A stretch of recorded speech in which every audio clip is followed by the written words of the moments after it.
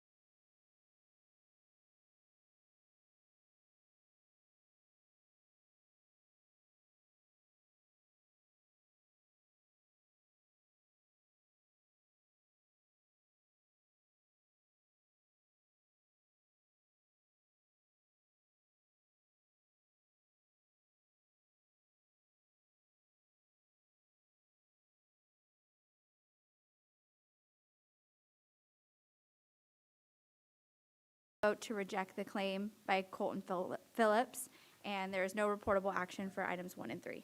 Okay, thank you, ma'am. Okay, with that, I'll ask you all to stand for the Pledge of Allegiance led by the Honorable Councilman Beltran.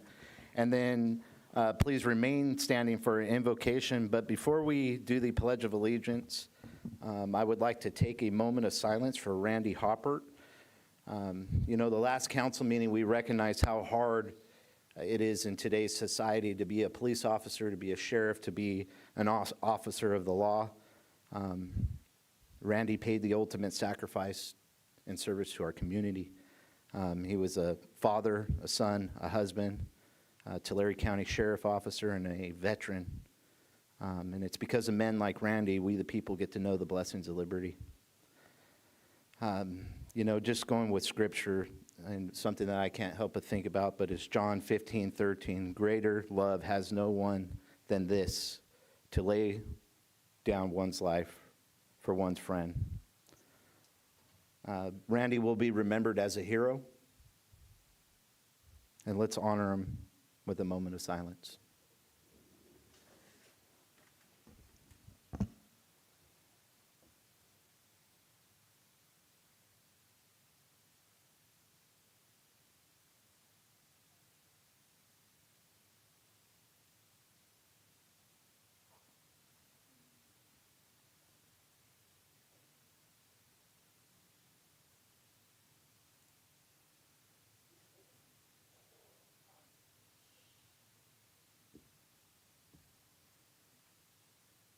Councilman Beltran. Salute, pledge. I pledge allegiance to the flag of the United States of America and to the republic for which it stands, one nation, under God, indivisible, with liberty and justice for all.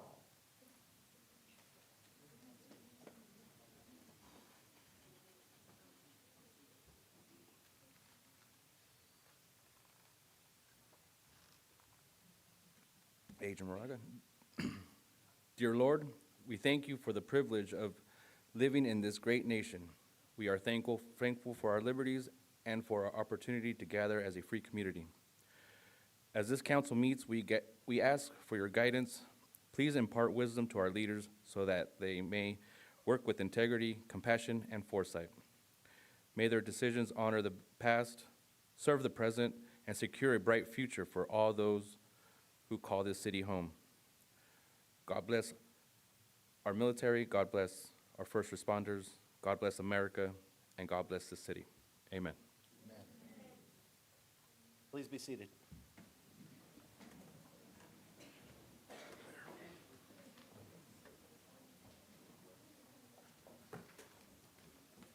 Okay, we'll move on to council comments. Councilman Beltran, do you have any comments? Yeah, just a few. Just over the this is a busy time of year in our community. And so went down to the Tule River Parkway. They had a flower treasure hunt. I believe they had a little over 80 participants. It was wonderful to see the interaction from the community, enjoying that trail. Also, I attended the Porterville Celebrates reading over at the Veterans Park. And thank you, Optimist Club and their board and volunteers for helping put that together. It's a great celebration. It's great to see all the schools out there promoting literacy. Also attended a concert at Port Naz. It was, that are some Christian artists coming. And want to advertise already, they announced today that there's going to be a really big singer from the Christian community, Matthew West, who will be performing in September. We don't get a lot of concerts in our community, and so just wanted to advertise this is a great opportunity for those that want to worship and celebrate that. I also participated in the community cleanup. I'm so thankful I don't have to drive all the way out to Tulare area to take my trash, and so it was great to see the line. They move pretty efficiently. I want to thank all the staff members out there who manned it on a Saturday. So just thank the city for that, and I was able to take advantage of that. And then lastly, the Sycon Wildflower Festival, to see all the participants up there learning about conservation of the mountains, the animals, plant life, And so I'm just, again, thankful for all these different organizations in our community that have these big community events for us to enjoy.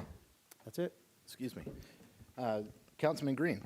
Not at this time, Mayor. Thank you. Councilman Rivas. No, not at this time. Vice Mayor McCurry.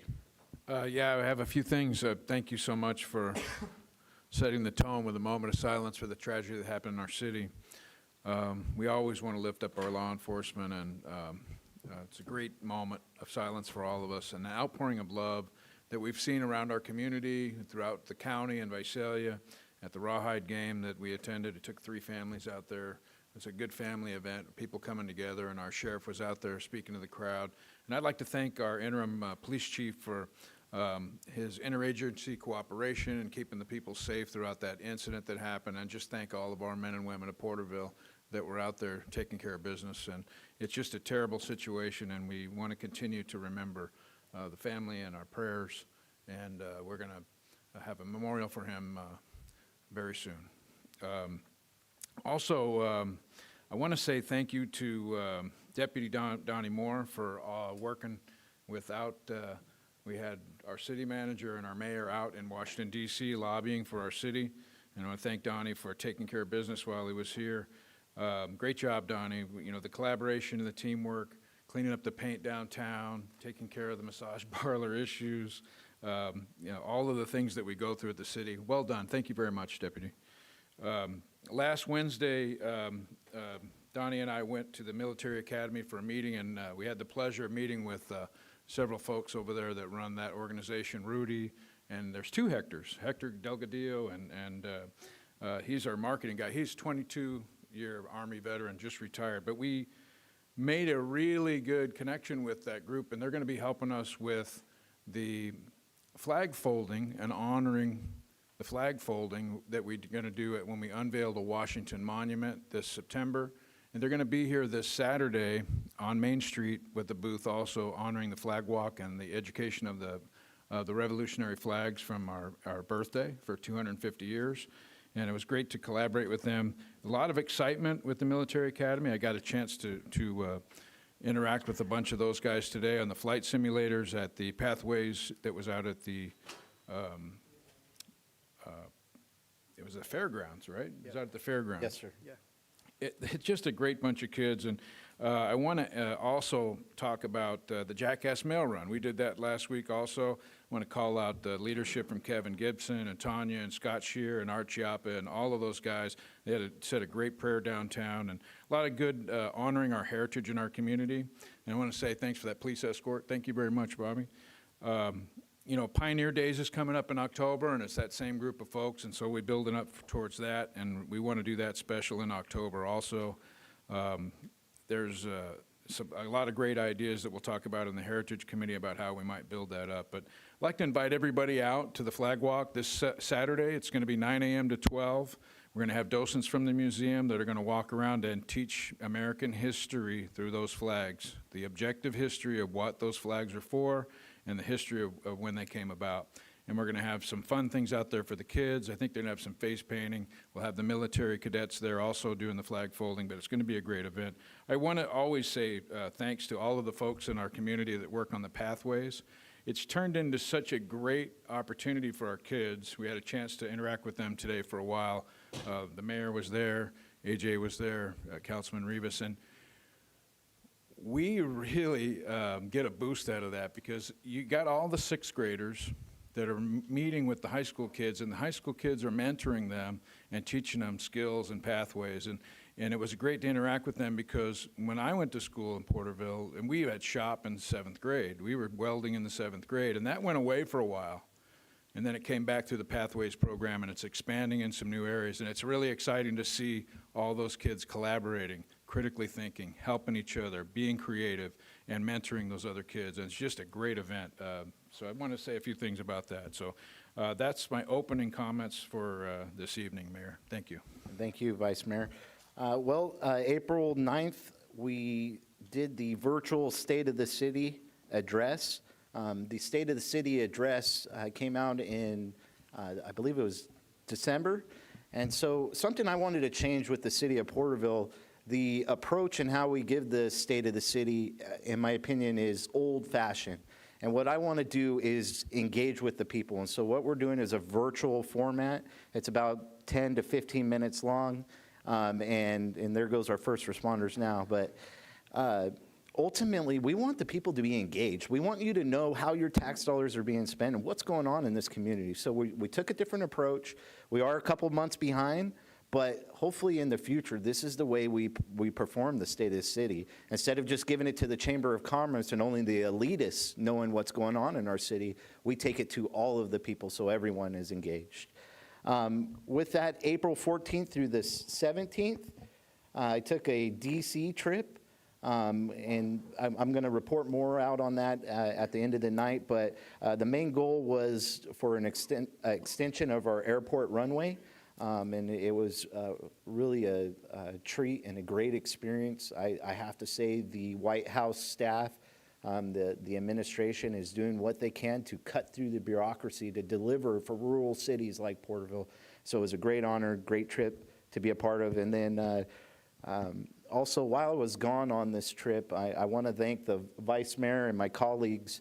I missed two critical events over the last week. One was the fundraiser at the Rawhide Stadium for Randy Hopper, and I appreciate you going there in my absence, and then the Jackass Mail Run. That's something that is always so exciting. You get to shoot guns on Main Street, so that's something I like being a part of, and unfortunately I wasn't able to this year while we're celebrating 250 years of American history. So I appreciate you guys filling my void while I was gone. And then today attended the Pathways program for PUSD at the fairgrounds. You know, it's such a treat to see our high school age youth that are in these pathway programs, and from engineering to welding, you know, first aid responding to CHP, I mean, just so many fields. And they're mentoring the youth that are coming up. And it's really exciting to see that. And some statistics that are coming out of this. I mean, 89% nationwide through Pathways end up being successful in getting into a career long term. The city of Porterville is at 92% through PUSD, and so that was something that's unique, and I want to give a shout out to PUSD on what they're doing. With that, we'll move on to our first presentation for the National Juniors Basketball Team recognition. And so I think I could just take it. You know, this is something that I saw in the paper, and it was just amazing. I thought, wow, these guys got a national championship. And then as I read in, it's their second one, right? And it's just amazing because you guys are like hometown heroes, the kids there. I would love for all of you guys to come up with the coaches as well. Come on up here to the front.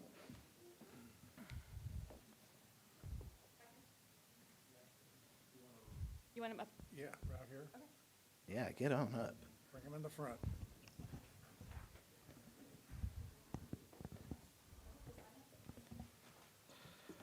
Okay, so outstanding to all of you gentlemen. You guys are doing what it takes. You're working hard. You're showing your worth. You're showing up. You're practicing. You're getting better every day. You're listening to your coaches.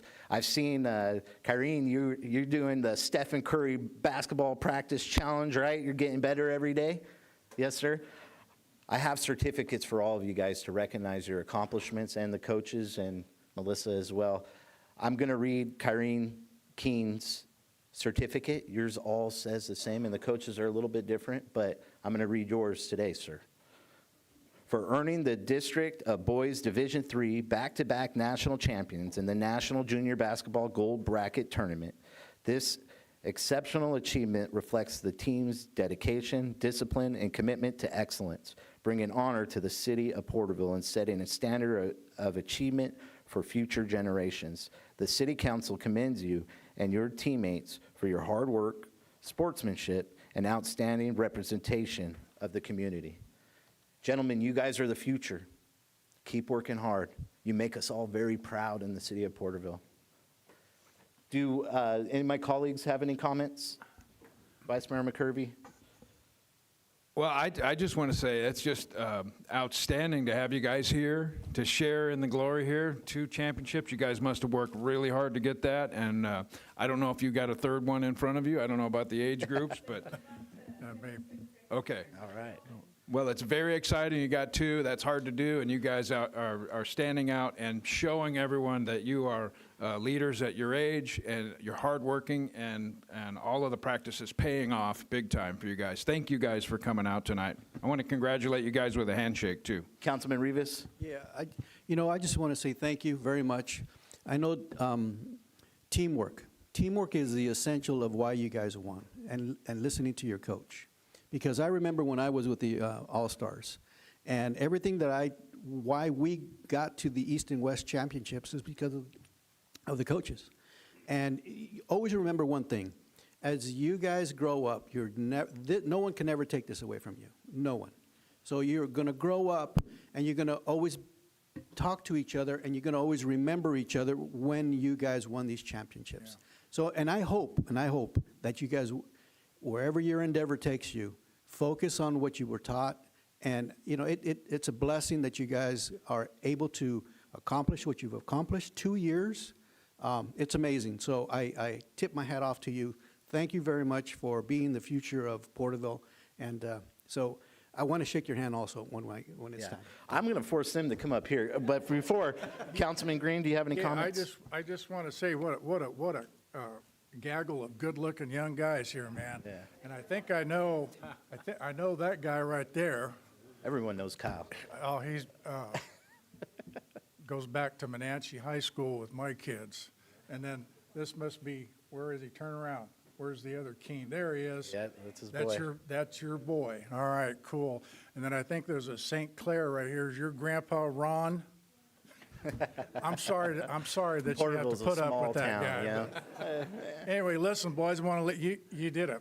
I mean, I hope you guys will always have a camaraderie together and be friends and stay in contact the rest of your lives, because you did something special, you've gained friends, and always remember this. I'll tell you an old saying: we ain't rough and we ain't tough, but we're from Porterville, and that's enough. All right? Councilman Beltran. Obviously, you young men are very talented athletically. But also, sportsmanship is very important. And so encouraging each other, even your opponents, if you lose, just carrying yourselves well. You guys are great representatives of Porterville, and we're proud to acknowledge you guys today. So congratulations. Okay, so what I got for you guys here, we got certificates, but what we also have is a challenge coin from the city of Porterville. Now, this is special. This is the 250-year celebration challenge coin. We only made 1,000 of them. And if you see, that's our farmer there on Main Street, right? Yeah. And then it has E Pluribus Unum, which is our nation's first motto. It means out of many, one out of many, right? And then on the back side is Porterville Home Rule, 100 years. And then our city motto, in God we trust. So there's only 1,000 of these made, and all of you are getting one here today, okay? Come on up here with us. Yeah. Yeah, don't sell. Yeah, we'll bring them up here. Yeah, we could sit down, and they could stand here behind us. Okay. Look, how about we just, well, I was going to say, we'll just hand them, and then you guys can figure out whose is whose. Okay. All right. Vice Mayor, come on back, guys. I got challenge coins for you guys. Here you go. Yeah, just hand them one. If it doesn't have your name on it, Coach will help you figure it out, okay? Yeah, let's take a picture up here. Great job. Champions. You're very welcome. Thank you, guys. Oh, this is great. This is great. I mean, I've gone through it with my kids and my grandkids now. How are you doing? We're going to have a basketball court next week. It's being built right now. Thank you. Hey, thank you. I appreciate you. Absolutely. Thank you.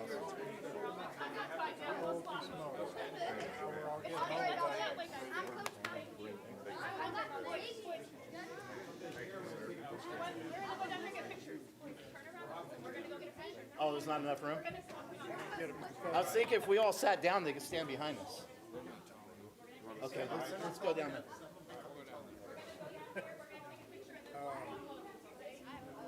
I just line them up in the front and let's get behind them, correct? Yeah, let's go. Just line them up and we'll stand behind them. I did it on purpose. Just for you. They're excited. They are very excited. Congratulations. Thank you. Yeah, that's awesome. Congratulations. Yeah, you bet. Congratulations. You do an amazing job. Let's crap. Everything cool? Give me jersey 13.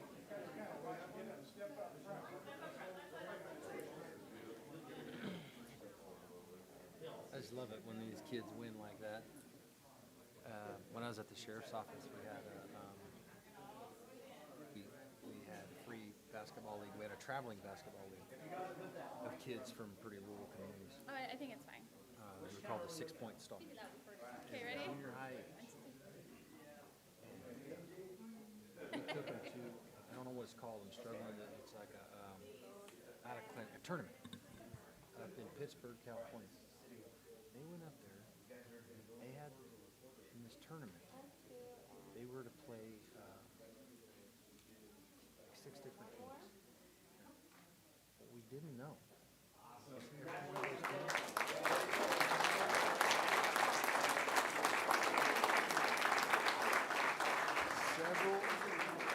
Several of the teams, they had seniors that had been drafted for college ball, given full ride scholarships to play basketball. I mean, these kids were good.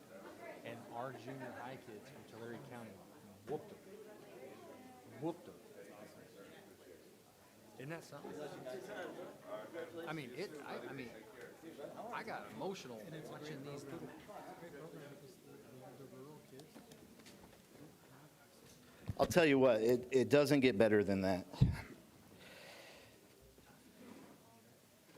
was amazing. It was very. Okay, we'll move on to reports. This is a time for all committee, commission, board reports, subcommittee reports, and staff informational items, city commission, and committee meetings. Animal control met April 9th. I'm not seeing anyone. Library and Literacy Commission. All right.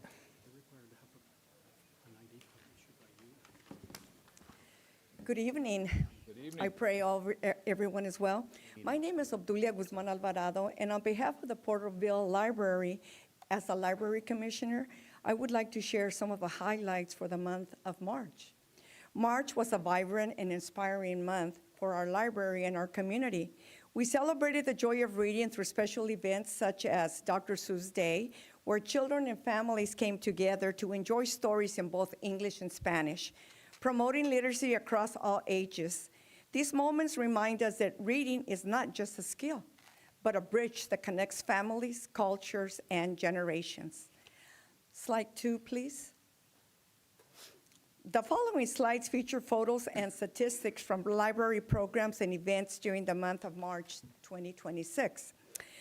Slide 3, Read Across America.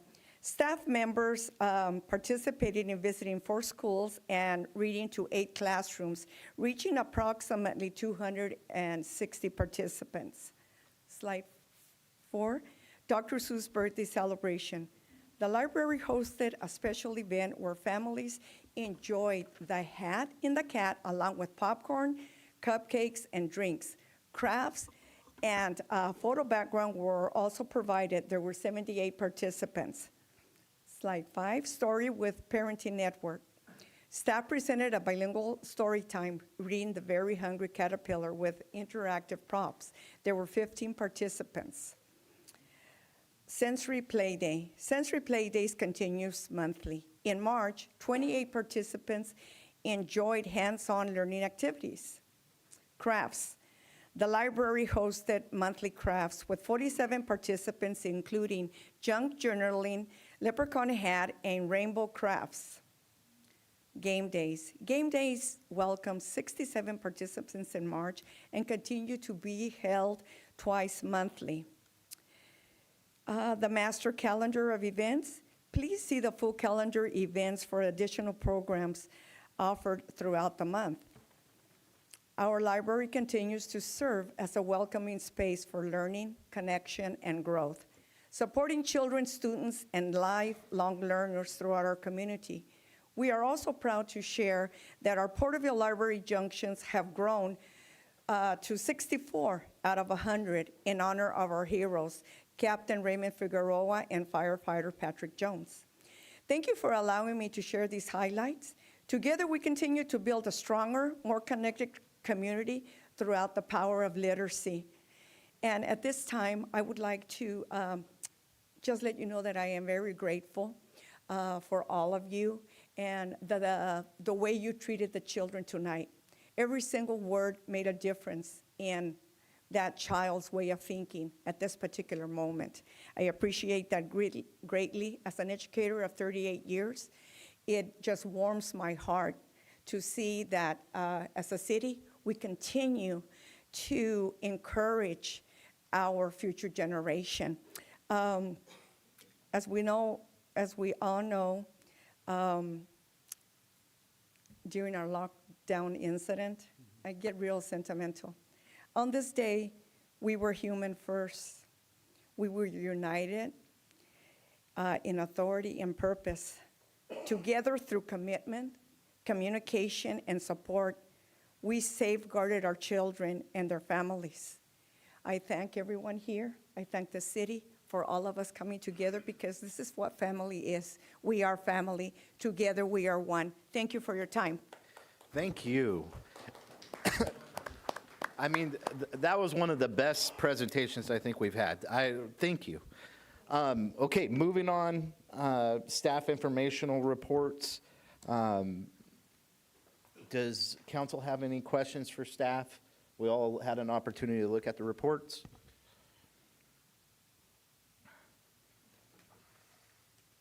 No? Okay, we'll move on to oral communication. This is the opportunity to address the council on any matters of interest, whether on the agenda or not. Please address all items not scheduled for public hearing at this time. Unless additional time is authorized by the council, all commentary shall be limited to 3 minutes. Please come forward at this time.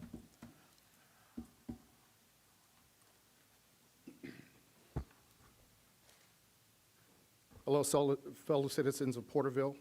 My name is Manuel Romo, pastor of Crossover Mission. With the many challenges that we are facing as a community, I'd like to offer just a prayer. Dear Heavenly Father, I come before you in the name of your dear Son, Jesus Christ. I lift up this committee to you today and ask if you would give them the wisdom and knowledge from on high to be able to deal with the many topics which they will be discussing here today. Just as Solomon asked for your wisdom and knowledge in 2 Chronicles chapter 1 and verse 10. I pray that our mayor and his committee would turn to you for answers. And Lord, let this committee come together in unity, seeking the best interests for our community. Help them to remember the words of our Savior in Mark chapter 3, verse 25, a house divided against itself cannot stand. As the psalmist once said in Psalm chapter 46 and verse 1, God is our refuge and strength, a very present help in trouble. O Lord, I lift up our law enforcement and all emergency responders to you right now. Thank you for their dedication and their service to our community. They make themselves readily available to us 24 hours a day in the face of danger. They put their lives on the line, knowing the possible outcome. I pray that you would place a hedge of protection round about them. And as your holy word says in John's gospel, as the mayor just quoted, greater love hath no man than this, that a man lay down his life for his friends. So, Father God, lastly, I want to lift up our community to you. I'm asking for peace of our Lord and Savior to rest upon our community. Allow your Holy Spirit to move upon every citizen and person within our Porterville. We need healing. Many have lost. Many are broken. Many are struggling. But I know that by your mighty hand, you, O God, can lighten our load. According to your word, which cannot lie, take my yoke upon you. For my yoke is easy and my burden is light. In closing, please help us to stand together as a community and do that which is right in thy sight. Amen. God bless Porterville. God bless America. And thank you for your time. Amen. Thank you, Mr. Romo.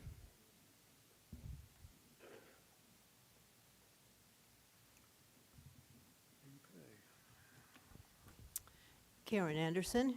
Good evening, Council. Community first. do what's best for the citizens of Porterville. I'm going to make some comments on one of the scheduled matters on the consent calendar. I know they'll be discussed later on, but I wanted to mention item 20, dealing with privatizing solid waste disposal. So if it's privatized, that means the current employees will be potentially let go. It's not just them that will be affected, it's their families also. This is very similar to when the engineering and, I'm sorry, I don't remember the other department, but when the other two departments in the city were, had 19 employees were let go. There's all the years of experience. Many of them had been here for years. One was 20 years. There go the benefits. There go the retirement. There goes the families. They're going to have to, some of them, relocate. It's a financial burden on them. The security they had is gone. Is that what the sanitation workers are going to be facing also? How is that fair? You had advocated that and encouraged that the previous employees, the 19 employees, prove their worth. Well, 20 years, is that not proving their worth? Are you asking the same thing of the sanitation workers, prove their worth?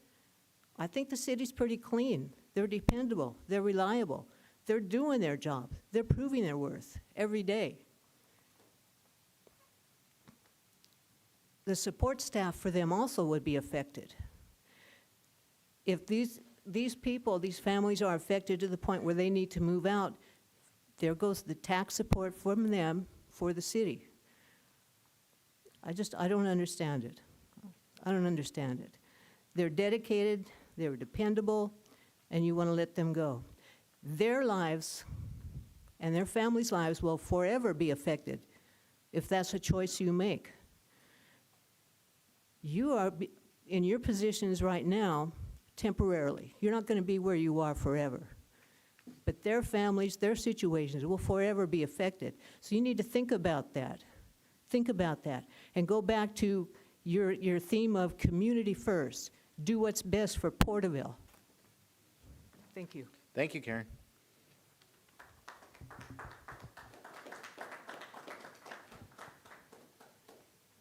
Diane Wagner. I want to start with a few simple questions. When we talk about privatizing solid waste, are we asking what's easiest today or what's best for Porterville 10 years from now? Are we solving a problem or just moving it out of sight? And most importantly, who's it efficient for? On paper, privatization looks simple. One contract, one vendor, fewer city employees. But in reality, it often means higher costs, less control, and fewer options when things go wrong. Private companies are not in the business of public service. They are in the business of profit. And once a contract is signed, especially in a market like ours, competition shrinks. The city loses leverage, rates go up, fees get added, and residents pay more for less. And then what? Do we come back in 5 years and say, we didn't see it coming, or do we admit we saw it coming and did it anyway? There's also accountability. Right now, if something goes wrong, residents can come here. They can speak, and you are responsible. Under privatization, that changes. Complaints go to a call center. Decisions sit in contracts. Fixing problems becomes legal, not public. So who answers to the public then? And I want to address something we've heard before from members of this council, this idea of deconstructing the administrative state.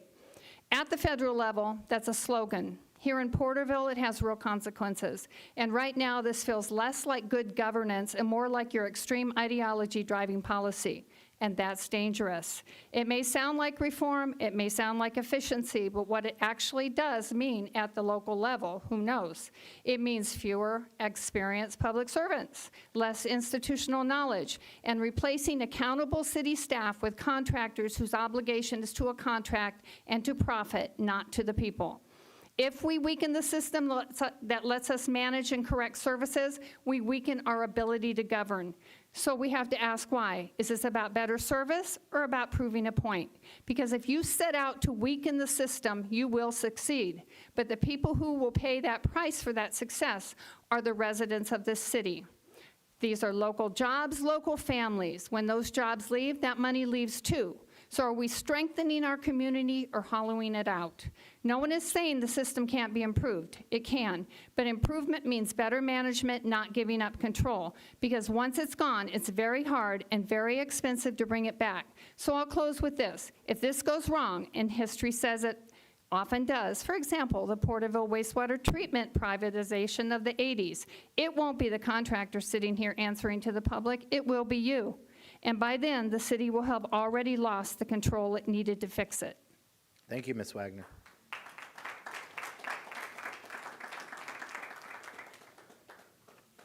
Good evening, Council. Tyler Martinez. I kind of sit on both sides of the table on this situation about privatizing, as I work for another municipality that's not Porterville. In 2023, the city conducted a rate study. It was approved by City Council to increase the first year of 50% and 5% for the remaining 4 years. Sorry. I can stand behind that vote. When you look at what we were paying $17 and I think it was 85 cents per month for trash service. With the closure of Teapot Dome and our resources now having to be taken to Woodville, yeah, I can support that increase. The increase puts the city and the standards in the region of other municipalities about the same ballpark. I think we're paying $28 right now, somewhere around there. At that time, when we were paying 17, we were the lowest. If we were the lowest or not the lowest in the region. I get it. Nobody wants to have to make that decision to increase rates. But that's one I can definitely stand behind, being able to sit on both sides of the table. In your rate study, there was about $145,000 shortfall in the fiscal year 2022 and 23. With the vote to increase the rates, that wipes it away. Right now, you guys are, let's see, the rate study went into effect January 1st, 2024, so we're barely hitting year 2 of the rate study. And we're already talking about doing an RFP to look for privatizing. I don't think city staff or the direction has given it the full effect. Let it play out for the next few years. Let's see where we're at in 5 years. The last rate study that was done was in 2006. We were behind the times. Rate studies should be done about every 5 years. In the rate study, there was definitely identify several key needs: improvement, operations, support and resources aligned with city standards, including the addition of staffing, replacing the aging vehicles that are beyond their planned replacement schedules, comply with SB 1383. 1383 is Cal Recycle to deal with the recycling and organics and the separation. I get it. Nobody wants to do it. It's a mandate from the state. The state won't recognize it as a mandate, and they put it on the municipalities to uphold it. It's a pain in the butt. I get it, but we got to do our part. The study further concluded on the division required to complete a systematic overhaul of how its operation services are structured, operated, and managed. So definitely think the council should withhold their decision on this one. Thank you, sir.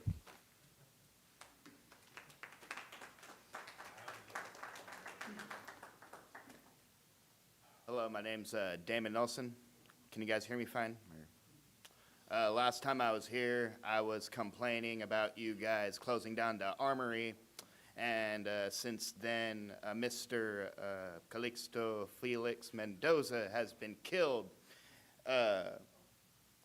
in broad daylight by the Tulare County Sheriff's Department on J Street over here. That was like almost over a month ago. And I'm sitting here, I think it's very sad a cop lost his life and stuff, yes. Well, where was the prayers for Mr. Mendoza when the Tulare County took his life? And, I'm very frustrated. Greg Meister seems to have, blocked us on Instagram, which I kind of find humorous. And then McCurvey, you wrote a whole op-ed on us on the recorder saying that we're demanding big government, which I find humorous because all we were asking for is a goddamn homeless shelter, and now you're spray painting Porterville red, white, and blue, illustrating creatively you do not give a fuck about the homeless people here. No, no. No, fuck you. Easy, easy, bud. Fuck all of you. Thank you, sir. Appreciate that. Brock Neely, address on record. So, an event that was started by the Porterville Elks 45 years ago, you're now trying to circumvent and take over. And you're in doing so, you're going to spend more than $15,000, because how much is it going to cost to rent the Veterans Hall? $15,000 for the fireworks. How much for all the fire and police protection then you're going to have over towards the Veterans Building. Then I heard that you wanted to hold it at 8:30 in the morning. That's Sunday. I thought you were church-going people. Not very smart. Thank you, sir.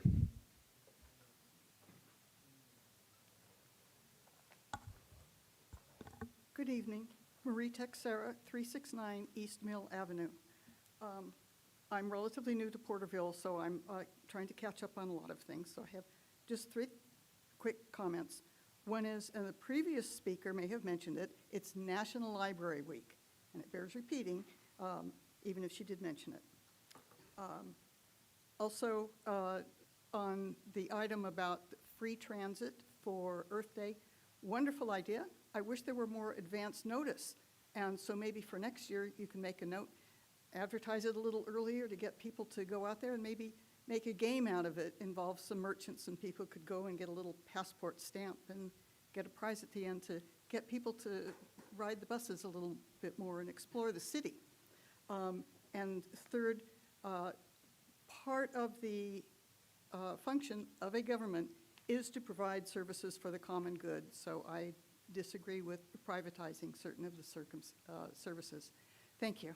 Thank you, ma'am.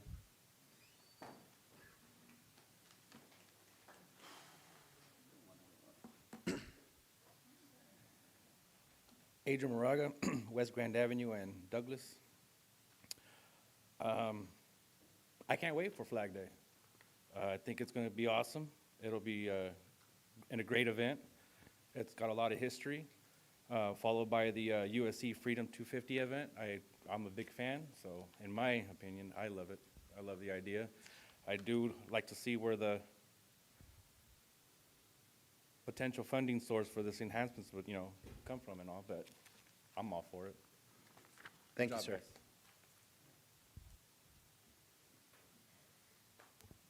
Hi, my name's Christy Martin. I'm here on behalf of the Porterville Chamber, and I just wanted to give a couple of updates about some of the things we have coming up. We do have 3 different ribbon cuttings that are going to be coming up. We have one April 30th at 3 p.m. with the PAC, the Porterville Area Coordinating Council. So we're going to be celebrating at their new location that they have down on North Main Street. So please join us for that.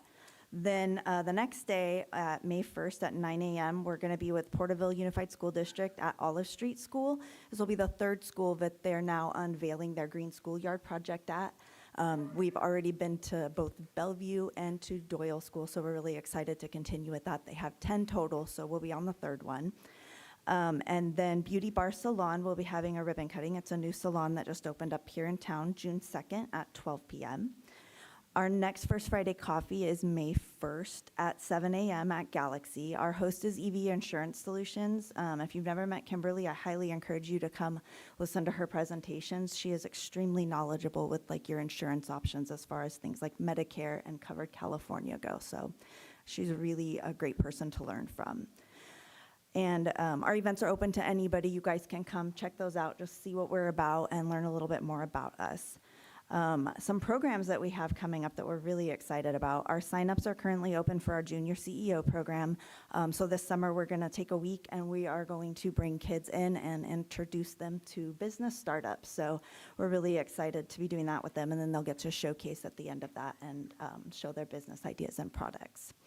We're also really excited to be taking on Leadership Porterville this year. We've been hard at work getting that built out, so please be on the lookout for that. Our applications are going to open up July 7th, and the program's going to begin mid-September. We also have our business showcase registration open. That event's going to be October 9th from 5 p.m. to 8 p.m. at the Veterans Memorial Building, and it's a great opportunity to come and connect with the businesses in our town. We usually have about 40-plus businesses out there kind of showcasing what they do here in town, their services. So come learn more about them, and then also if you're a business, come and participate. Thank you. Thank you, Ms. Martin. Good evening, gentlemen. Taha Saleh, address on file. Thank you, Mr. Mayor, for that beautiful presentation of those beautiful children. Something kind of cool happens when I'm around children, and where people are around children, they just get real kind. You know, they're kinder than me when I have my daughter than when I'm walking by myself for some reason. I don't know. Maybe it's just her good looks, but it's just a subtle reminder that we were all once children too. In the way we look at those guys and see the future. What happens when we get older? What happens to each other? What do we do? And so there's been a lot of great comments of unity. Maybe just think of those young kids and think of the young kids we all were at one time, and find that goodness in our hearts no matter what we say at this lecture. And I know it's not fun. Some of the stuff that comes out is unfair. I don't support some of the things that have been said tonight, but it's probably frustration. But the inner child that's just crying and doesn't know how to speak to it. So I don't know how everybody forgot, but we have a new face in the room. We have a new city attorney, so I want to welcome her. Welcome to the team. Welcome to the city, and we look forward to all the good things you do. As far as the agenda, number 2, I had a great conversation with Mr. Russell. It's the small things like we got to pick between 1 and 3 trucks. We got a real good deal on one truck, but I don't think the bids were equal, because one bid is for a truck that's coming from the factory and 2 are from a truck on the lot. So maybe if we would have told them, hey, give us 3 quotes for 3 trucks that are coming from factories, there could have been a little more competition. Just the small things, the small details. And that leads to number 17, or number 14. There's been a little bit talk about that. I personally don't watch UFC anymore. I don't believe in that model. They don't pay their people. You know, they don't really, when you think about 13% of all revenues go towards fighters, and these are people that are risking their lives and shortening their lives for our entertainment. And so when we're as a city are putting city funds towards something like that, we should really maybe consider something else other than fighting to promote. And I'm running out of time, but another question for number 14 is, I don't really understand the council discretionary fund.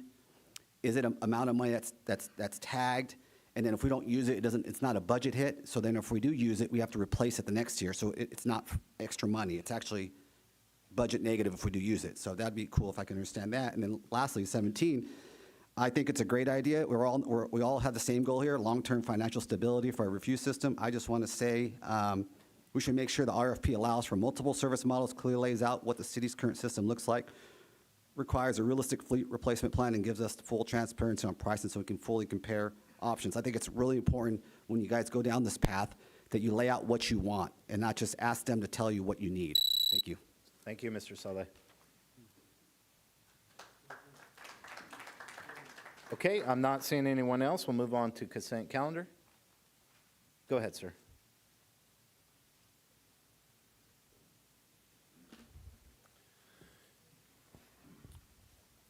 Good evening, Mayor Meister, council members, and staff. My name is Richard Caglia. I'm president of Caglia Environmental, which is a local waste and hauling recycling company, servicing the Central Valley for nearly 90 years.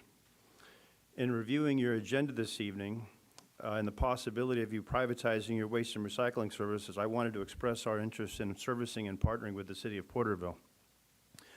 The Caglia family has deep roots in the valley through our various lines of business, including waste and recycling operations of landfills, transfer stations, large industrial motor replacement and repairs, electrical contracting work, electrical wholesale supply. We're very diversified in the Central Valley, along with other various operations. We employ over 300 families throughout Tulare, Kings, Fresno, Madera, and Merced counties. Family and community are an essential part of who we are, and we would love to extend that involvement here in Porterville. My family, our companies, and our leadership team and myself have all taken this ethic to heart by serving various leadership capacities on local chambers of commerces, economic development corporations, school boards, healthcare institutions, historical preservation organizations, and public safety groups. My personal public service has included advocacy for workforce training for our youth, job growth for our communities, safer communities, and fighting back against Sacramento's overreach into the Valley's way of life, including the California Air Resources Board and its recent push for zero-emission vehicle requirements for city fleets. We are passionate about giving back to the community, which has given us so much. This includes sponsoring many different community events, employees, children's sports, leagues, and partnering with local governments' needs, such as recent Christmas tree lighting ceremonies in various cities and past fireworks shows in other cities that we've been involved in. Cagler Environmental is also invested in cutting-edge technology and leading in the industry. We're the first regional hauler to implement artificial intelligence and robotics at our Cedar Avenue Recycling and Transfer Station in Fresno. This technology allows us to have some of the best diversion rates for recycling while maintaining low overhead costs and pass on to so we don't have to pass costs on to our customers, I'm sorry, especially in this ever-increasing rate environment that we've seen. My grandfather came to the United States over 90 years ago through Ellis Island to realize his American dream. He began driving his own truck in long hours and hard work ethic to build his dream of a family business that would give back to the community and where we live and where we serve as much as the American dream gave back to him. My father, aunts, and uncles have all participated in leadership roles throughout the family companies over the decades. I am the current generation leading along with my siblings and cousins, and we look forward to including my children, nieces, nephews, and cousins' children in the upcoming years. We're honored to serve, I know what that means, we're honored to serve our current tens of thousands of customers and would be even more honored to include Porterville as part of our family of companies. Thank you, sir. Good evening. I'm going to read this so I get through my 3 minutes, don't have to hear that sound. My name is Keith Hester. I'm the general manager for Cagler Environmental. Good evening, Mayor, Vice Mayor, council members, city manager. I personally have been in this industry for over 40 years, and I've worked for regional companies, Fortune 500 companies. I joined the Cagler team about 7 years ago. And I've been in Michigan, various locations. I've run all of Sacramento, Los Angeles. I've been in Salinas, all kinds of different places that took me in my career before this. But this has been our home. Central Valley is where we raised our kids, and I've spent better than 3 decades living here and raising our family here. That's where my focus has been, even in my career, and help growing this. And the team of executives that I was able to garner have years and years and years of experience as well. And we have done countless transitions of contracts, not just from going from one franchise hauler to another, but also from cities transitioning into the franchise world, where you actually, contrary to some belief, have actually probably more control with a contract than you do sometimes even with a municipal organization of your own. As Rich mentioned, we do have tens of thousands of residential and commercial customers that we already service. We've got the transfer station he mentioned. We service we process over 500,000 tons a year of refuse, recyclables, and construction demolition material. We also run another transfer station up in North Fork, and we also operate the Fairmead landfill for the Madera County.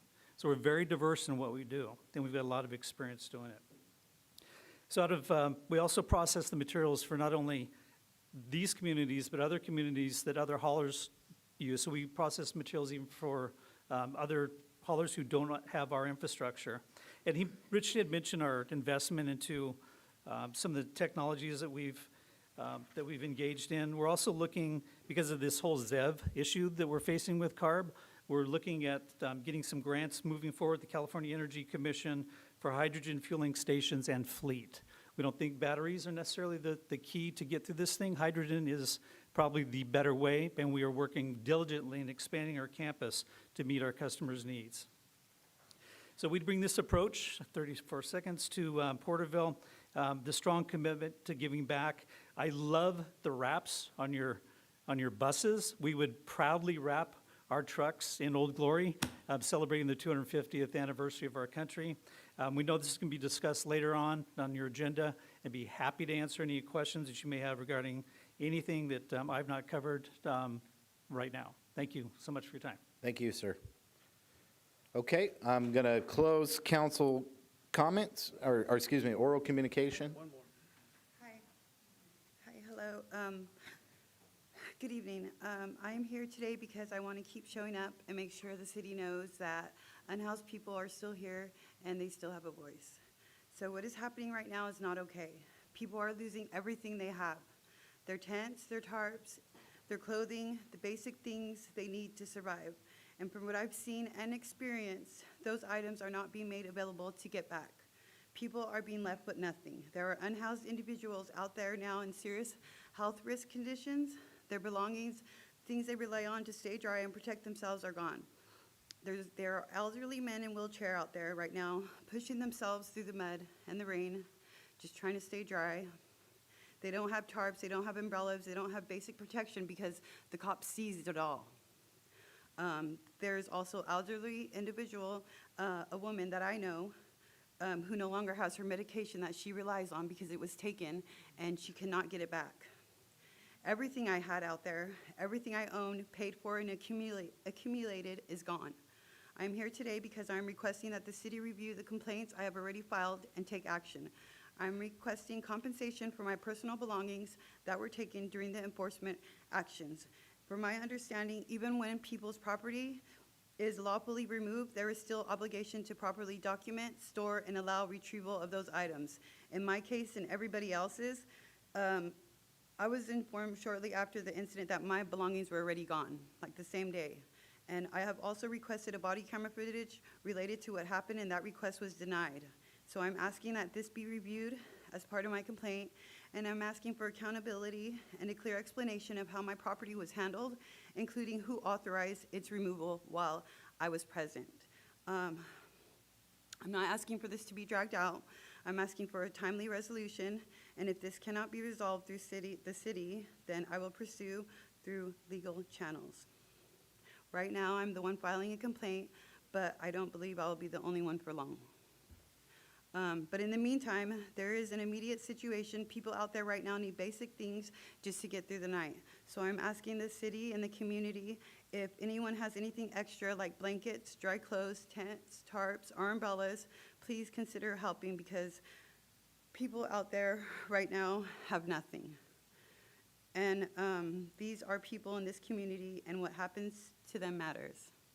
So if anybody wants to bring any donations, they could bring it to the benches on Walnut and A Street. Thank you. Thank you, ma'am. Okay. We're going to close oral communication and move on to council comments. Councilman Beltran, do you have any comments? Councilman Green? No, Mayor, no comment. Councilman Rivas? No comments. Vice Mayor McCurvey? I don't have any comments. All right, I have a question to the city manager. How many people have we laid off so far? 0. How many people have we fired? 0. Thank you, sir. And then just for Tyler Martinez, you know, this first year we profited $1 million in our refuge from that rate increase. It was an 88% rate increase. So it's as we go forward, if there is opportunity to negotiate, I'll be negotiating for a lower rate on refuge for the people of Porterville. So I just want to put that out on the record on my position on it. I did not support that rate increase. I voted no on it. For the woman that was just in here, there's the Porterville Rescue Mission, and then Lee Qualls that does help with homeless individuals, and I'm sure if you tied in with them, they would go out of their way to help you, ma'am. Who are they? Where are they at? Right here, same one that offered you a place last time. Oh, okay, well, Yep. yeah, I mean, like, yeah, any house If you guys want to talk out, I actually made it, and I'm actually at the shelter right now in the navigation center. great news, ma'am, we got to do city business, but if you guys want to take the conversation outside, you're more than welcome. People out there that need help, if anybody could help and has extra blankets. Okay. That's all I'm saying. Thank you, ma'am. Okay, moving on to consent calendar. All consent calendar items are considered routine and will be enacted in one motion. There will be no separate discussion of these matters unless a request is made, in which event the item will be removed from the consent calendar. All items removed from the consent calendar for further discussion will be heard at the end of scheduled matters. Does council have any agenda items that they'd like to pull? I'd like to pull item 14. Okay, 14. Is there any others? Okay, I'll go ahead and make a motion. Consent calendar items 1 through 15, deducting 14 for schedule matters. I'll second. Okay, we have a first and a second. Let's call for the vote.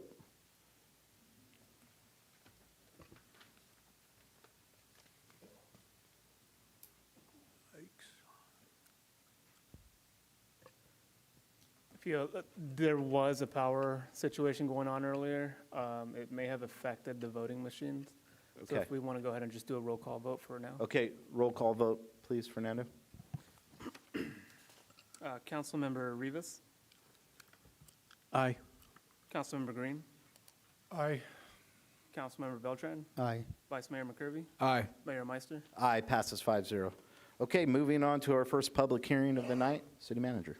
Thank you, Mayor, members of the council. We have 3 public hearings tonight. The first one is the approval of the fiscal year 26-27 Community Development Block Grant CBDG Action Plan, and I have asked Ms. Zavala to give the staff report. Thank you, Mr. Tree, Mayor, and members of the council. The U.S. Department of Housing and Urban Development requires all community development block grant entitlement jurisdictions to prepare and submit an annual action plan identifying the proposed use of federal funds. The City of Porterville's 2025 to 2029 consolidated plan was previously adopted by the City Council and approved by HUD. This was last year. The proposed 2026 action plan represents the second year implementation of that plan and must be submitted to HUD at least 45 days prior to the start of the program year, which is July 1st. The action plan outlines how the city will invest its CDBG entitlement funds and program income during fiscal year 2026 to address priority needs of low and moderate income residents. The proposed programs focus on expanding and preserving affordable housing, supporting homelessness services, improving public facilities and infrastructure, and enhancing economic development opportunities. A breakdown of the proposed funding allocations is provided. These allocations reflect a balanced investment strategy aligned with community needs identified through outreach efforts and federal program objectives. The city's citizen participation process included a community meeting, a public hearing before the CDBG Citizens Advisory and Housing Opportunity Committee, and a 30-day public review and comment period. The public review period concluded prior to this hearing, and no public comments were received as of the end of business day today. Funding for the proposed activities is fully supported by federal CDBG entitlement funds and program income. No general fund contribution is required. The recommendation for tonight is that the City Council conduct a public hearing to receive public testimony regarding the 2026-2027 Community Development Block Grant Action Plan, adopt the resolution approving the 2026 Action Plan, and authorize the City Manager to submit the action plan to HUD, subject to final approval by the City Attorney. Thank you. Thank you, ma'am. Okay, we'll open the public hearing at 7:36. If you have any comments, please come forward at this time on this item. Okay, I'm not seeing anyone. We'll close the public hearing at 7:36. Bring it back to the council. How does council want to go forward? Does the council have any questions? Go ahead. I'll just make the motion to go with staff recommendations. I'll second. Okay, we have a first and a second. We'll call for the vote. Yours worked? Mine still didn't work. Would you hit refresh for me, please? I'm sorry. Well, I would say aye if you wanted that to go forward. I can work. I'm just trying. Passes 5-0. Okay, moving on to public hearing number 17. City Manager. Thank you, Mayor, members of the council. This item is in regards to an amendment to the Porterville Development Ordinance, Article 307, relating to non-conforming uses, structures, and lots, and I'll pass it back to Ms. Zavala. Thank you, Mr. Tree. I've asked Jeff O'Neill, our contract city planner, to present the staff report. Thank you, Ms. Zavala, Mr. Tree, Honorable Mayor, Vice Mayor, and City Council members. The item before us tonight would amend certain portions of the development ordinance related to non-conforming uses, structures, and lots. Non-conforming uses, structures, and lots generally come into play in one of a couple ways. One is that a use or structure is established or a lot is lawfully created in the county and subsequently annexed to the city, or a use or structure is lawfully established or a lot legally created in the city, and then the zoning of the property or the development standards within that zone are subsequently changed. In any of those situations, you then have a lot, structure, or use that no longer strictly complies with what the city's regulations are for that zone district. Currently, there are many of both situations throughout the city of Porterville, as is the case in many cities. And if people just continue operating their non-conforming uses, nobody ever knows the difference about which rules apply because they're just allowed to continue. However, if somebody wants to change either the structure, the use of the lot, or of the existing situation, there's a kind of a complicated set of processes that are required, such as the city council needing to have a hearing to classify the specific use as a type 1 or type 2 non-conforming use. Whichever class it falls into, then the property owner is limited as to what they can and can't do as far as modifying what they already have going on. Other modifications require city council approval of a conditional use permit, again involving a public hearing, which kind of protracts the time involved and costs applicants more money. Essentially, what the amendments before you propose is to eliminate the requirement for classifying non-conforming uses. They're just all non-conforming uses. It assigns discretionary review to the zoning administrator rather than to the city council, which in this case would obviate the need for public hearings. And it establishes more consistent standards for how we evaluate modifying or expanding non-conforming uses. The draft ordinance is attached for your consideration. So we'd be happy to answer any questions. And following that, we would request that you open the hearing to the public for testimony, followed by a first reading by title only of the draft ordinance. That concludes staff's report. Thank you, Mr. O'Neill. Okay, at this time, we will open the public hearing at 7:40. If you have any comments, please come forward at this time.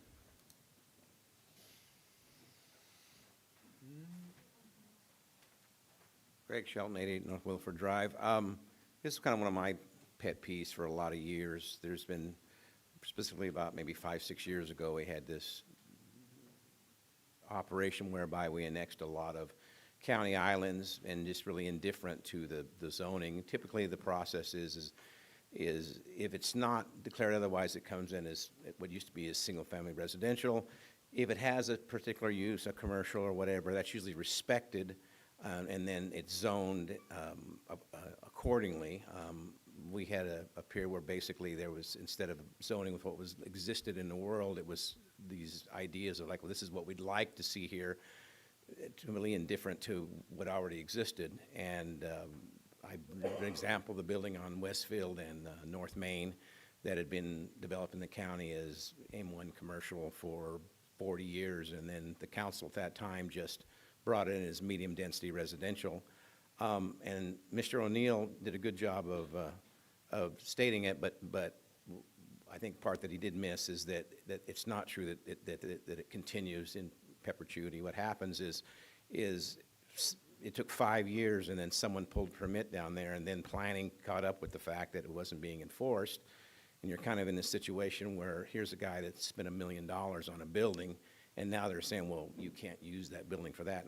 I like the idea of a more structured, existing non-conforming, basically grandfathered use, but I still feel like maybe what you should do is note on the record that a particular place has an existing nonconforming use, because what's going to happen is if you don't say this is one of those properties, 5 years from now, someone's going to come in and they're not going to remember any of this. They're going to say, well, gee, it started out as cars, and then it evolved to upholstery, and then it became a hair salon. So which existing use is it? I mean, is it all of them? Is it only these? So maybe we should note on them for the record now which ones are existing non-conforming, and get that luxury of being able to use it in the future. Is that because it really affects the value of a piece of property. This gentleman I'm talking about, he spent $1 million on a building that kind of has an asterisk on it. Well, you can use it as long as some zealous planner doesn't decide to say you can't use it.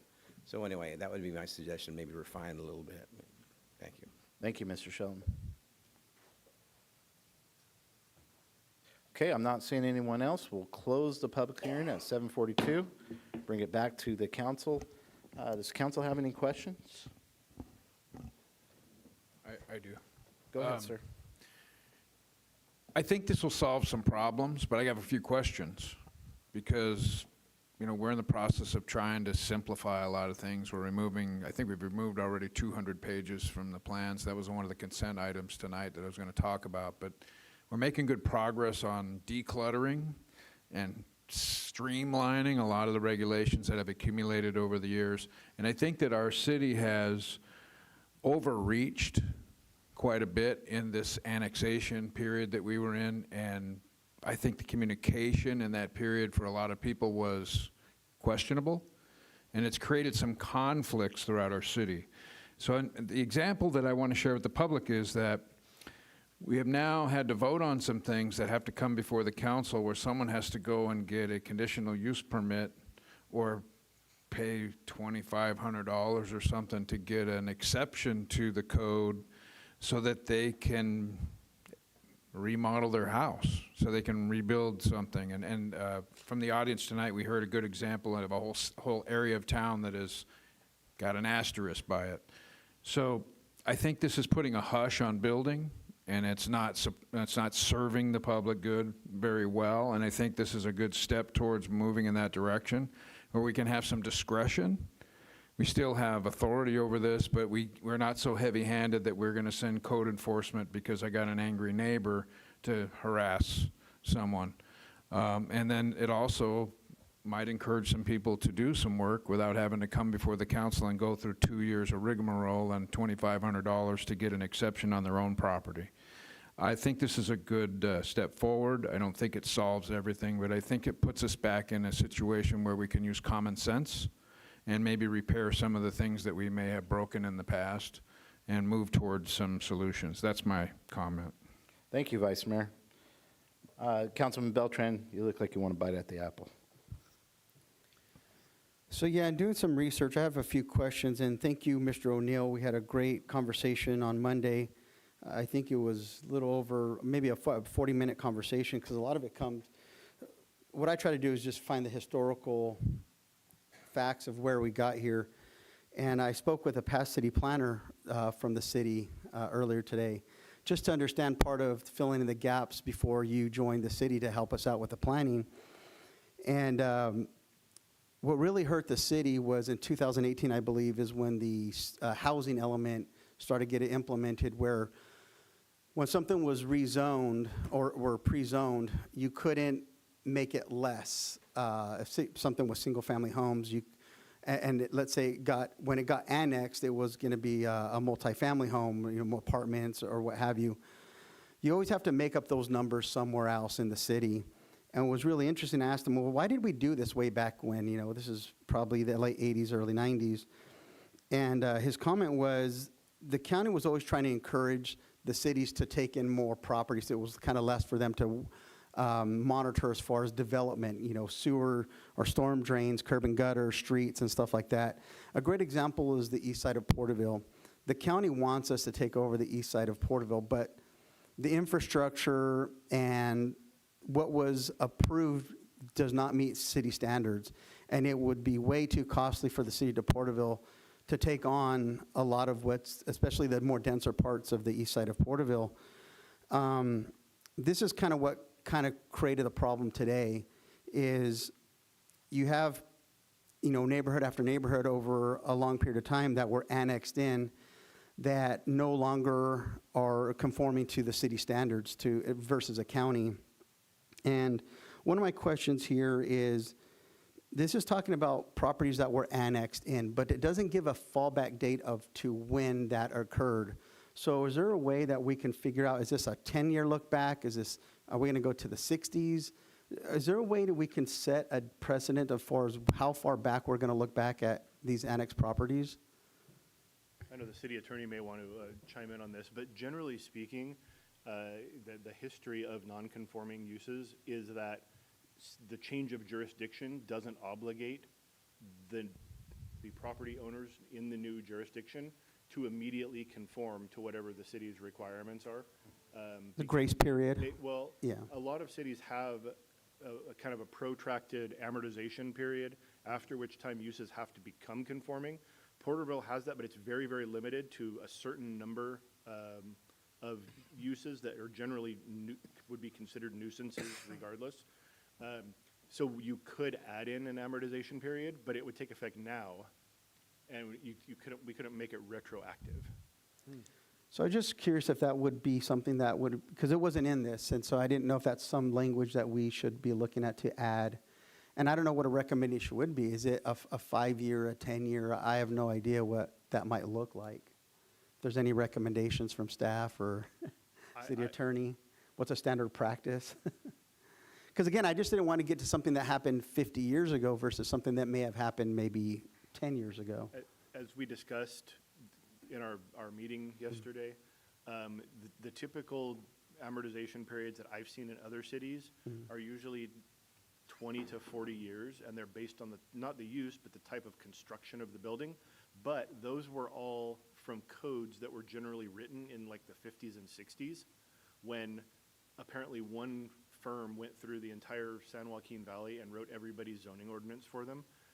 So there's nothing, I don't think there's anything novel about that. It was just what became the sweeping trend. Right. They just need something in the books, yeah. And I personally have never looked into why the rationale was for the type of construction, because it's actually flipped as what you would think it would be. I don't want to delve into that and bore everybody, but again, the city attorney might want to elaborate.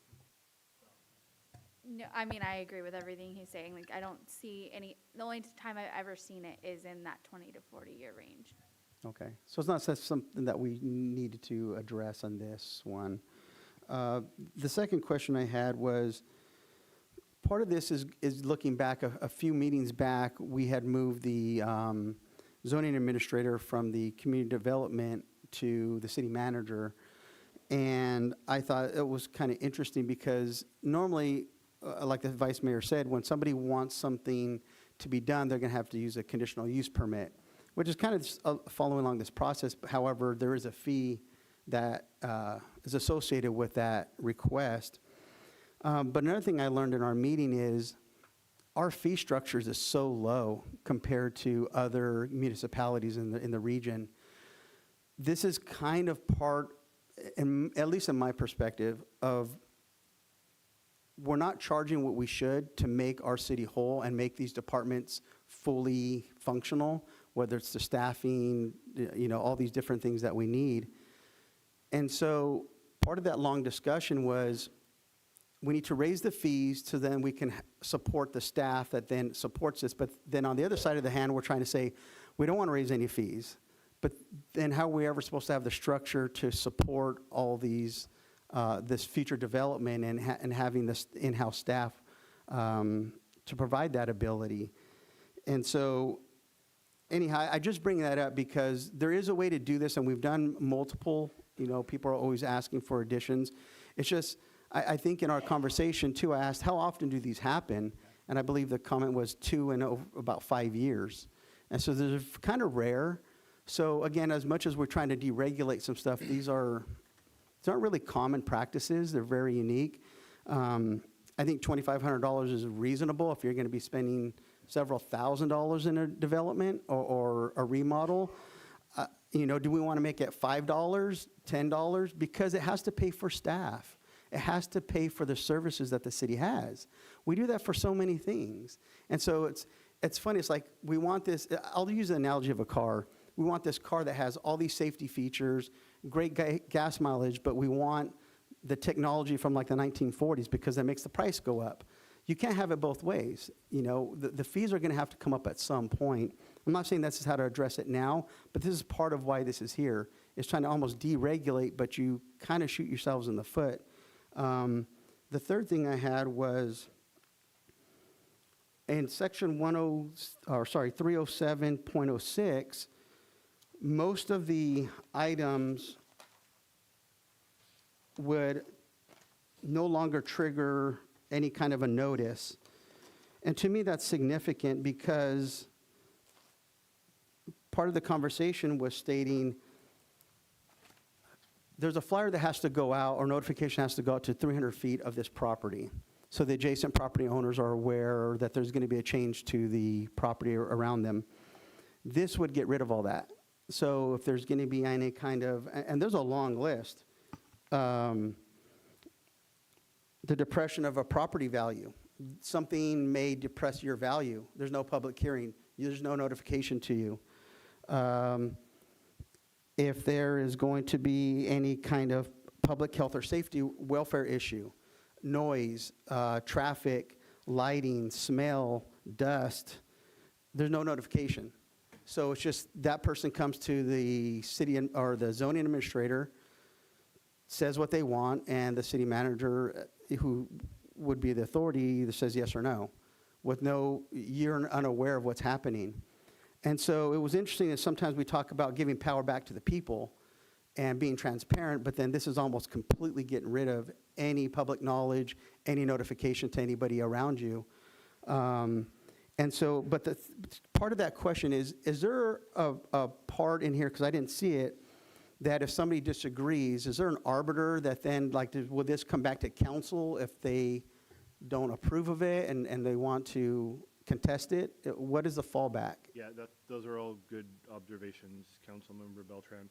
So the specific things that you're talking about that were removed were out of that 30706, that specifically related to how the city council would classify non-conforming uses as class 1 or class 2. That, by removing those things which you aptly illustrated have been removed, we're just removing the entire classification process itself.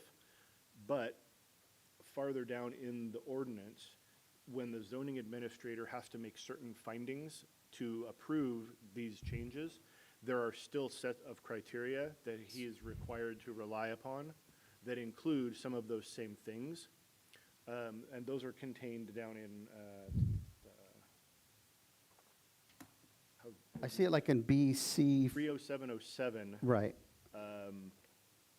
It just seems like it's a little smaller, more condensed. It's not necessarily all of them, like the property value is not on there that I'm aware of.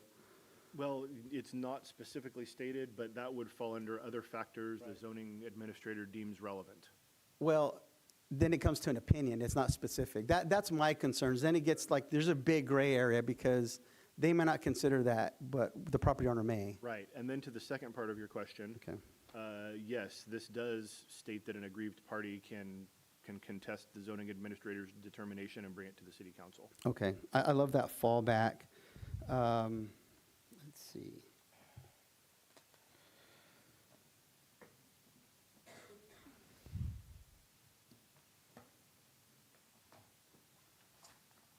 Can't read my own handwriting sometimes here, going too fast. I think those were my main concerns there, and I'll leave it at that. Thank you. Well, Can I make a comment? well, we all want to bite at the apple. Okay, Vice Mayor. well, I just wanted to say thank you, Jeff, for that insight. It's common sense. Let's use some, common sense. Thank you very much. That was it? Councilman Rivas, go ahead, sir. Yeah, thank you very much, sir. I appreciate you explaining and hopefully, how can I say it? Addressing some of Mr. Beltran's concerns, because I read the report, and I mean, even though some of them are redlined, others in the background do stipulate that there's still issues that you can address to the city council and so on and so forth. So with that, I mean, I'm ready to move forward with this. I think it's good for the city. I mean, we're going to reduce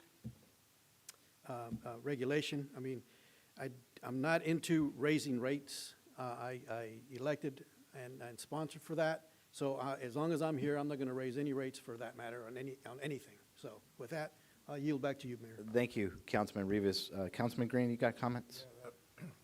I think I pretty much agree with Mr. Councilman Rivas. Thank you. That's all I have to say. Thank you, sir. Mr. O'Neill, are you ready to come work for the city yet? No, excellent job. I appreciate you highlighting that because I'm sitting here going, it feels like misinformation is getting out. And so you cleared it up and highlighted some points. You know, I campaign on cutting regulation. I've been working with you now for 3 years, Mr. O'Neill, and you know, it's your firm that developed that 200-page reduction in our development ordinance. Not only that, but you also helped me now be able to identify what is state, federal, and city ordinance, right? I've stated many times, we live in the most regulated state in the union. Let's not live in the most regulated city in the state. And so we want to continue down this path. Something that sticks out to me, yes, there's only been 2 fighters that fought all the way through to get to this point. But how many people do you think we chased away with having to go through this process? I don't have a number on it, but it has come up before where people want to inquire, we explain the process, and then... And then they give up, right? And so then we stop development. What happens with that development? We're talking about the fees. We gained $5,000 in fees over 5 years with a heavy hand. And so the way I look at this is, if we reduce regulations, we make an atmosphere where people could go to work and remodel their house or do whatever it is that they're wanting to do. We create jobs. We create wealth in our community because tax revenue increases, right? You have to go and buy the supplies. Normally, they're going to go locally. They're going to go down to the Home Depot and buy their lumber and what they need for that job, which ultimately creates more tax revenue in our city. It really is the right path. This is how you create growth in the community, is by reducing regulation. I appreciate the report. I think it's well done. I'm satisfied with some of the comments. I imagine there's, do you have some follow-up, Councilman Beltran? Yeah, I'm just kind of shocked. It's almost like we don't know how to govern here because so we don't want to raise fees, we don't want to raise anything, but then we're having to contract out of our work because we can't afford staff to do this. So it's like, how are we encouraging development? How are we encouraging the city to have this? It's not like an enterprise fund, you know, where we can collect a certain amount of dollars. We have it artificially low to try and encourage, and it still isn't encouraging development. So it's almost like just because we're getting all this regulation, everybody's going to start doing work. We have these regulations to try and protect other property owners. And so I think it's just maybe we have a different perspective of it. Yes. But the main fact I just want to say is just because we're reducing rates doesn't mean we're going to have a great quality product. I appreciate that, and we can beat the dead horse. Like we said, you had 2 people that went through this. You collected $5,000 over 5 years. What does that pay for staff? The right direction is to reduce regulation, create jobs, create tax revenue. That's how we deliver for the people of Porterville.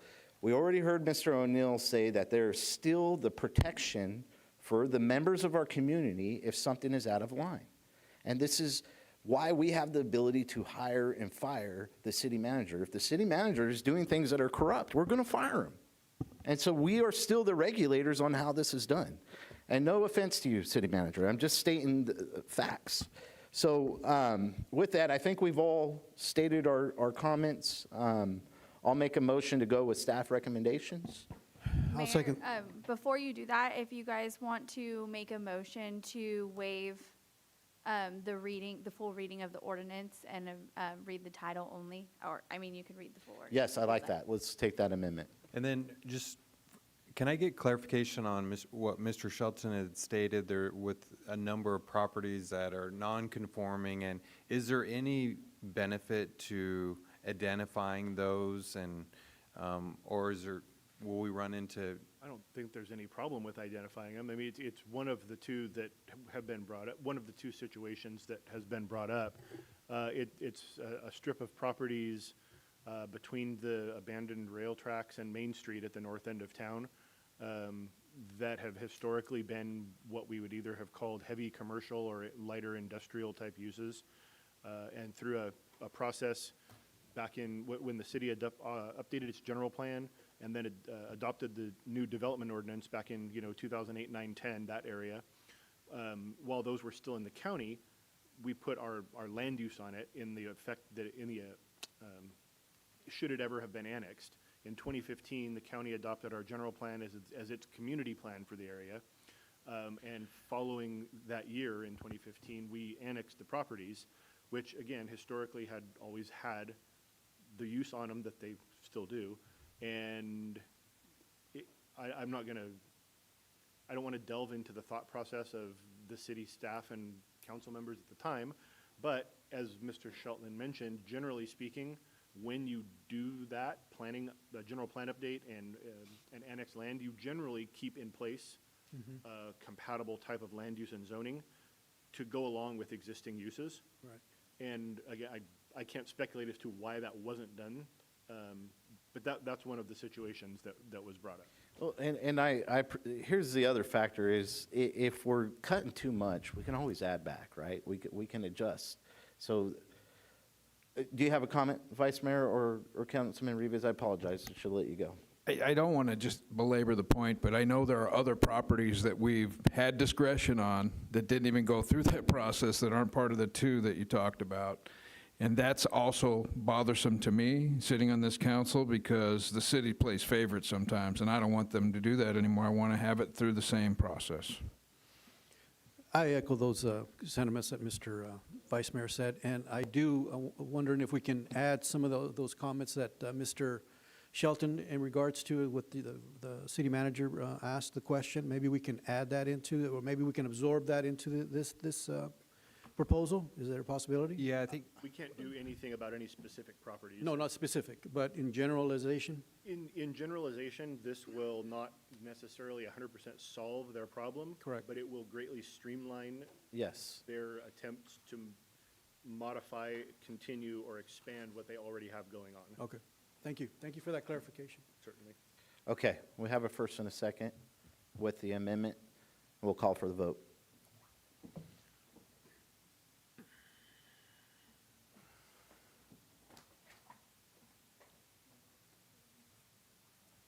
Is yours working? No, yours not either. Okay, I'll just vote out loud. I'll go ahead and do a roll call vote. Councilmember Rivas, Aye. Councilmember Green, Aye. Councilmember Beltran, Vice Mayor McCurvey, Aye. Mayor Meister. Aye. Passes 4-1. And I just want to note for the record that we were approved to read the title for the record, which is Ordinance Article 307 relating to non-conforming uses, structures, and lots is what was approved. Thank you, ma'am. Okay, moving on to public hearing number 18. City Manager. Thank you, Mayor, members of the council. This is the adoption of an ordinance for expedited permitting expedited permitting of electric vehicle charging systems, and I've asked Acting Director Dignam to provide the staff report. Thank you, City Manager. Honorable Mayor, members of council, tonight I have the pleasure of introducing this and bringing it to your attention. It's the adoption of the ordinance for expedited permitting of electrical vehicle charging systems. The state of California adopted Assembly Bill 1236, which requires local agencies to establish an expedited and streamlined permitting process for electric vehicle charging systems. This legislation is intended to facilitate the efficient installation of electric vehicle infrastructure and support the state's efforts to reduce reliance on fossil fuels. The proposed ordinance amends the Porterville City Municipal Code to establish a ministerial, non-discretionary permit review process for electric vehicle charging systems. The ordinance includes provisions for expedited review, electronic submittals, standardized checklists, and inspection procedures, while maintaining compliance with all applicable building and safety codes.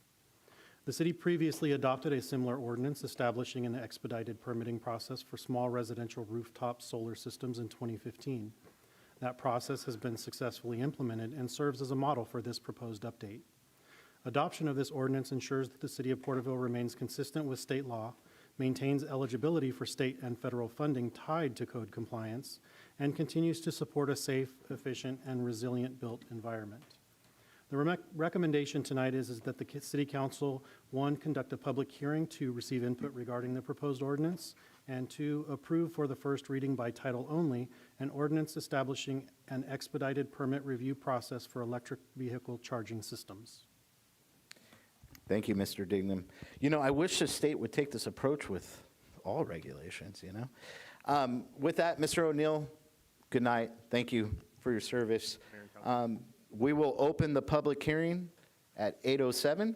If you have any comments on this, please come forward at this time. Greg Shelton, 88 North Wilford Drive. You had me at expedited. Thank you. Thank you, sir. Okay, I'm not seeing anyone else. We'll close the public hearing at 8:07. Bring it back to the council. Does council have any comments or questions? I'll make the motion to go with staff recommendation. I'll second that motion. Okay, we have a first and a second. Let's call for the vote. For the sake of just getting it done, Councilmember Rivas, it's not gonna, I don't think it's gonna work. Aye. Councilmember Rivas. Aye. Councilmember Green. Aye. Councilmember Beltran. Aye. Vice Mayor McCurby. Aye. Mayor Meister. Aye. Passes 5-0. And again, just for the record, we're approving, sorry, I lost the title. We're approving ordinance for Chapter 7 of the Municipal Code of the City of Porterville, setting forth procedures for expediting permitting processing for electric vehicle charging systems. Thank you, ma'am. Okay, moving on to schedule matter. Should we do 14 first? Just get it over? If you'd like, Mayor. Sure thing. Let's do it. Okay, we'll do 14. All right, let me pull this up. I think we all know what it is. I'll just pass it off. Councilman Beltran, you pulled the agenda item. Go ahead and lead on it, sir. Yeah, thank you, Mayor. So yeah, we've talked about, our expansion of the celebrations for this coming year. There's a lot of things in the works. Great Job Heritage Committee, working on a lot of different things. I brought this one up, or pulled this item, just because 2 factors. One is the price tag, and 2, it's a very niche event. I think this is the fight, UFC fights that's going to be held at the White House, I believe, that evening. And one is, renting the lodge for the Veterans Hall, given that they do a lot of patriotic stuff. I'm not sure if they're willing to waive that fee. To support that, we support many things there. But overall, and then having potential fireworks afterwards, when we're going to be having the Freedom Fest just a few weeks after this, I just thought there's so many things when we talk about our budget. We're in closed session about some things with our budget. I just felt, again, even though this is coming from the discretionary from the council, there was a comment earlier of how does this money work? This is coming from general fund. If the council doesn't use any of the money, there's nothing to backfill in the general fund. I just feel, again, this is a very niche thing. I don't think this is necessarily a community-wide event. This is something that's going to benefit the overall community. This is a very, very small window. I've watched these fights in the past. I just feel as a city using taxpayer dollars, if somebody wanted to support this in other organizations, a nonprofit or business, I think that's fantastic. I think the $15,000 price tag is, to me, a little heavy, given a lot of things that we're cutting back and questioning on a lot of other matters. I just feel that this is, if I was a taxpayer, I just felt like this is more of a personal thing than it is a community-wide event. And so, for the most part, I just agree with the price and what the overall event is. Okay, thank you, Councilman Beltran. After COVID-19, we lost culture. It just really killed a lot of things in our community. And it amazes me when, I did push for this event. I'm the one that put it on the agenda. What's nice, though, is now it's on Schedule Matters, and we could give direction tonight one way or another. So we're actually speeding up the process by putting it on Schedule Matters tonight. So I do appreciate that. We only celebrate 250 years once in our nation's history. We have a very unique event going on. We're having the UFC fights at the White House on Flag Day, when we celebrate our nation's history, our nation's heritage. And, the fireworks, I would be willing to concede on, but I can't help but at the same time think, how amazing would it be to end the night with fireworks, a light fireworks show? I've also would like to see the city purchase hot dogs and hamburgers, and the council actually barbecue those up and serve them to the people that do show up. I did reach out to UFC fighter Joe Soto. Unfortunately, he's not going to be able to. It's his father's birthday. He'll be out of town that night. But I've also reached out to gold medalist Tim Vanny and requested if he would be willing to come and sign autographs for kids. I think it would be really cool for the night's event. As far as waiving fees for American Legion, it's not something that I think I want to ask of them.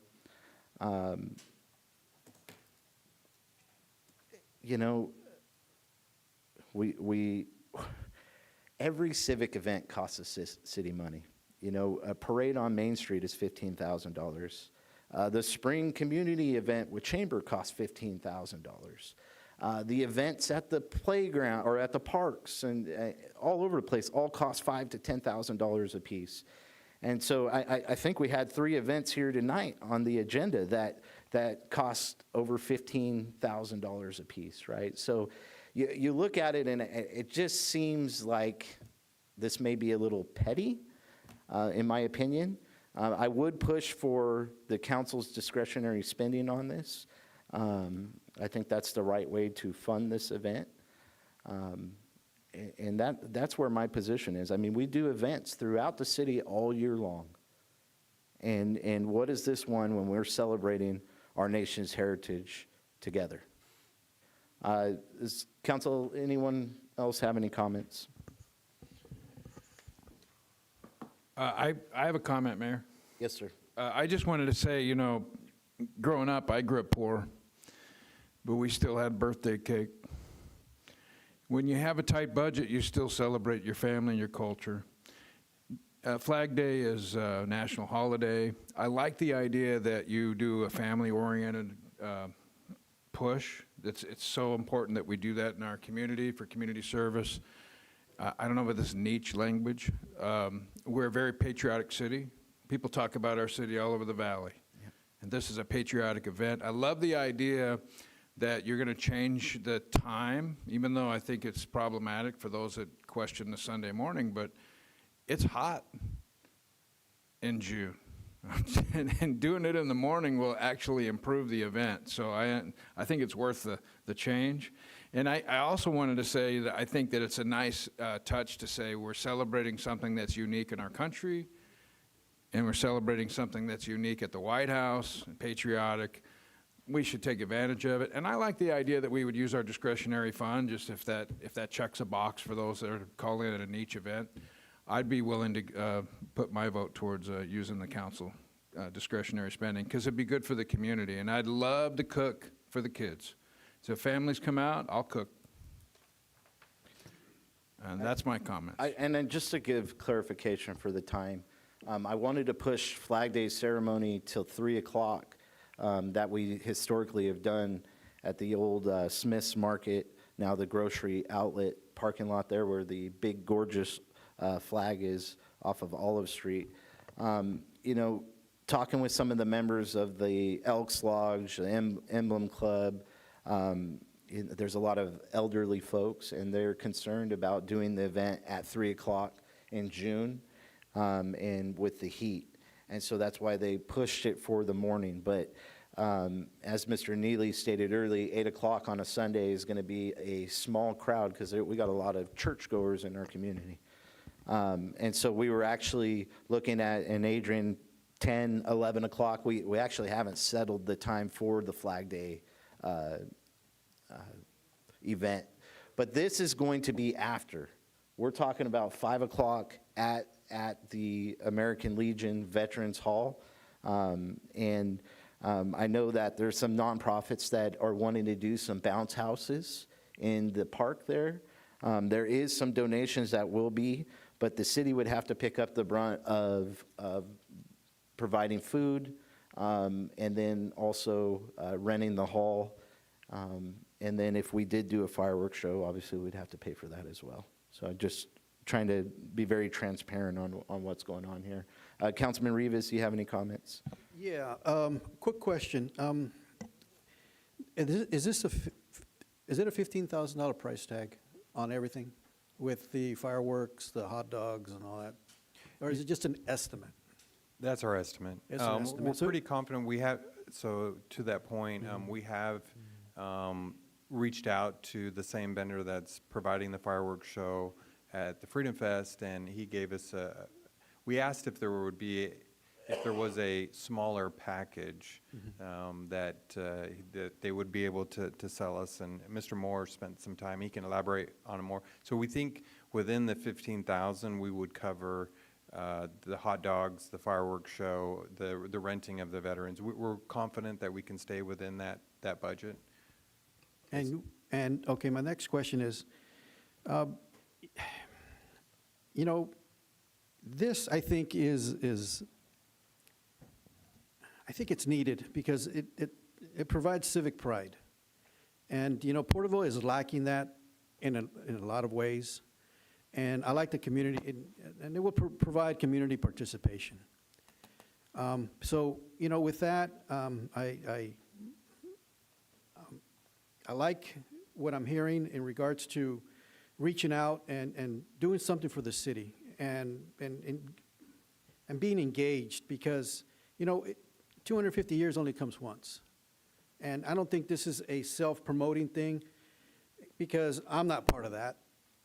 I'm more of a community engagement with everybody that if it involves the whole community, why not? I mean, that's what we're here for, is for the community. $15,000 is, to me, is not a very big price tag for bringing people together and enjoying a good time with the community. So I know we're being tight with the budget and all, but if those individuals that don't like civic pride, I don't know what to say. But for me, I'm all about the community. I'm all about the civic pride, and I'm entertaining, encouraging this because I like to see people come together and share thoughts and experiences for one another. So with that, I yield that back to you, Mr. Mayor. Thank you, Councilman Rivas. Councilman Green, do you have any comments? Oh, yeah, I think it'd be a nice event. I'm not a big UFC fight guy, but I like to watch the women fight. That's pretty cool. I like the guys too, don't get me wrong. But I'm not a big fan, but I'll watch it if I catch it on TV, and if it's interesting, I'll watch it. I think I like the idea, I love the idea, the hot dogs, the hamburgers. I'm a little reluctant about the firework thing, since probably within, 2.5 weeks, we're having the fireworks show out. Maybe we could take that $10,000 and expand the other fireworks show at the sports complex. And that's kind of where I stand on it, Mr. Mayor. Thank you. Okay.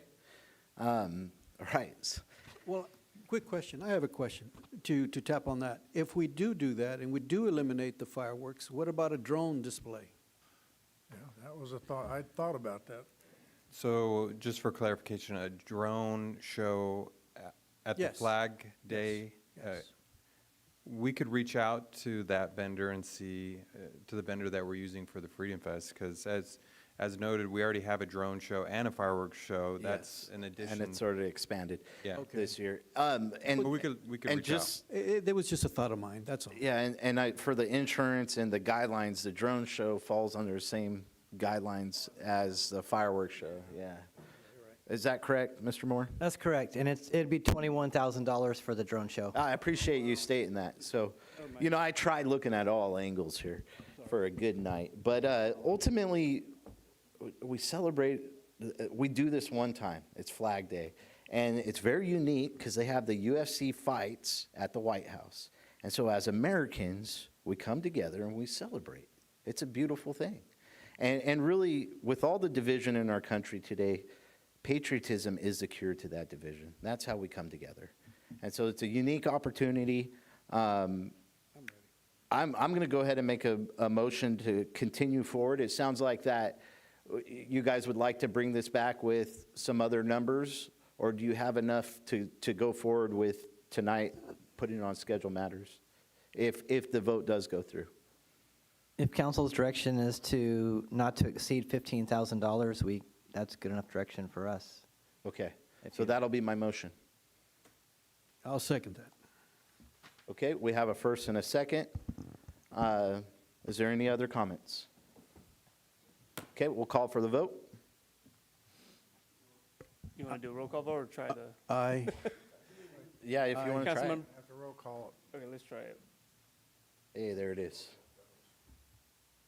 Okay.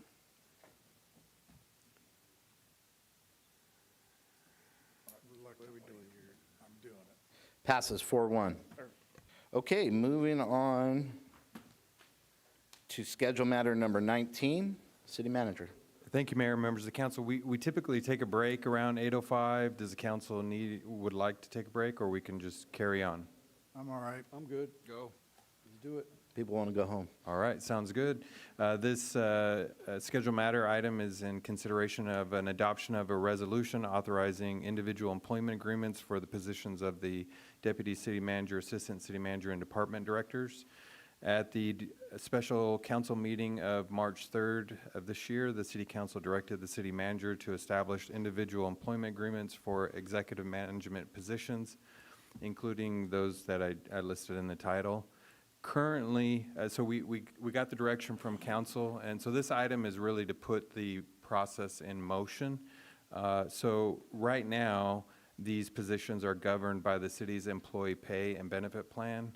The proposed resolution for you tonight, council, would transition these roles to an individual employment agreements, which is a common practice in council manager forms of government that provides greater flexibility to recruit, retain, and manage executive leadership. Under this approach, the city manager would be authorized to negotiate and execute employment agreements subject to the city attorney review and the city council's adopted budget. So that's kind of our bumper or boundaries. All positions will remain at will and serve at the pleasure of the city manager, consistent with the city charter. Employment agreements will also establish clear expectations for performance, accountability, and professional conduct. And so in addition to the resolution that's attached, staff also drafted the city's first code of ethics for your consideration and adoption. And this, with performance measures, code of ethics, individual agreement, this framework strengthens accountability and aligns executive leadership with the organizational goals and maintains the city council's fiscal oversight. So with that, the staff's recommendation is that the city council adopt the draft resolution authorizing the use of individual employment agreements for the positions of deputy city manager, assistant city manager, and department directors, and authorizing the city manager to execute such agreements subject to review and approval by the city attorney and consistent with the city council's adopted budget. Happy to answer any questions, Mayor. Thank you, City Manager. I'll bring it back to the council. Does council have any questions? Go ahead, sir. I forgot to ask this.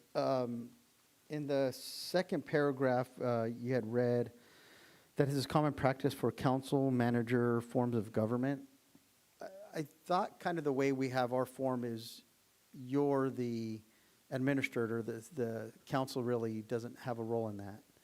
Is that something we're kind of changing? No, we're not changing, and maybe it's, I'm not, I think what our intent is to say is the use of individual agreements is similar to what other cities are using for its executive leadership, those individual employment agreements. Okay, just the way I read it was as it's common practice in council manager forms of government. So maybe it was just misunderstanding the way I was reading it. That was all. Thank you. Thank you, Councilman Beltran. Councilman Green, do you have any comments? No comment, Mayor. Councilman Rivas? I'll yield until we're ready to vote. Vice Mayor McCurvey? I just want to make a few comments. This is a great compromise to what we were discussing over the past several months on the charter amendment recommendations. This was one that came out of one of our previous meetings. So this is the outgrowth of that, just a reminder.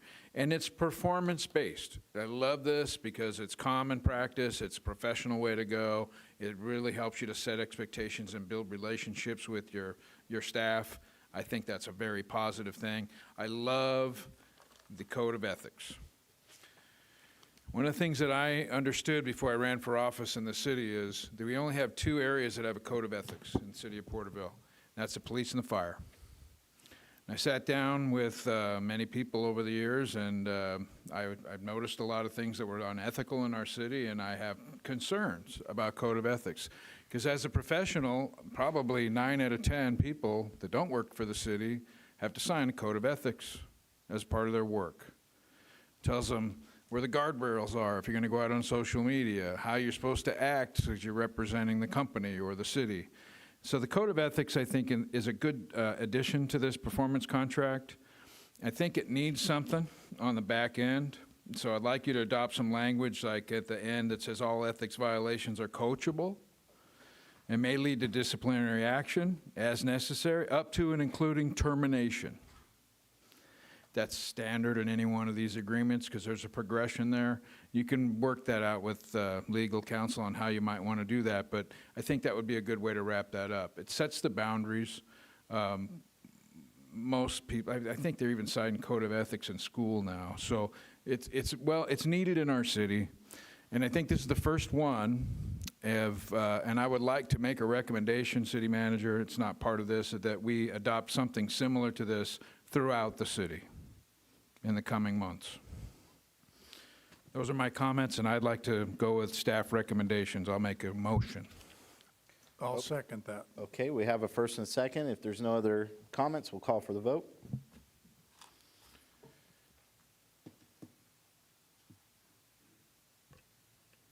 Oh, I gotta love the system. Let's go ahead and do a roll call vote today. All right, at least for this one again. Councilmember Rivas. Aye. Councilmember Green. Aye. Councilmember Beltran. No. Vice Mayor McCurvey. Aye. Mayor Meister. Aye, passes 4-1. You gotta love technology, huh? Okay, moving on to our last schedule matters. Go ahead, sir. Thank you, Mayor. This item is in consideration or authorization for the advertisement of a request for proposal for the solid waste, recycling, and organic services, and I've asked Director Eisen to provide the staff report.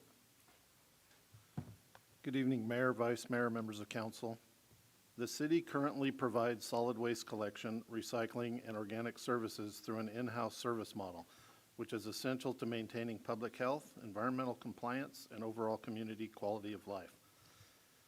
The regulatory environment governing these services continues to evolve, particularly with state requirements related to organic waste diversion, SB 1383, and the California Air Resource Board's Advanced Clean Fleets Rule.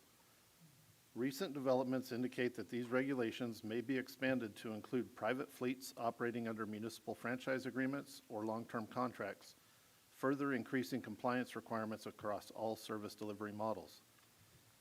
To ensure long-term service sustainability and cost efficiency, staff is evaluating alternative service delivery models and is requesting authorization to advertise a request for proposals, RFP, for solid waste, recycling, and organic services.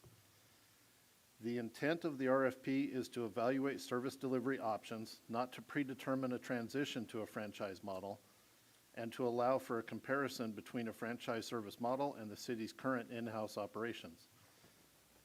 The RFP process will allow the city to assess regulatory compliance, service levels, and overall cost structure under different operating models.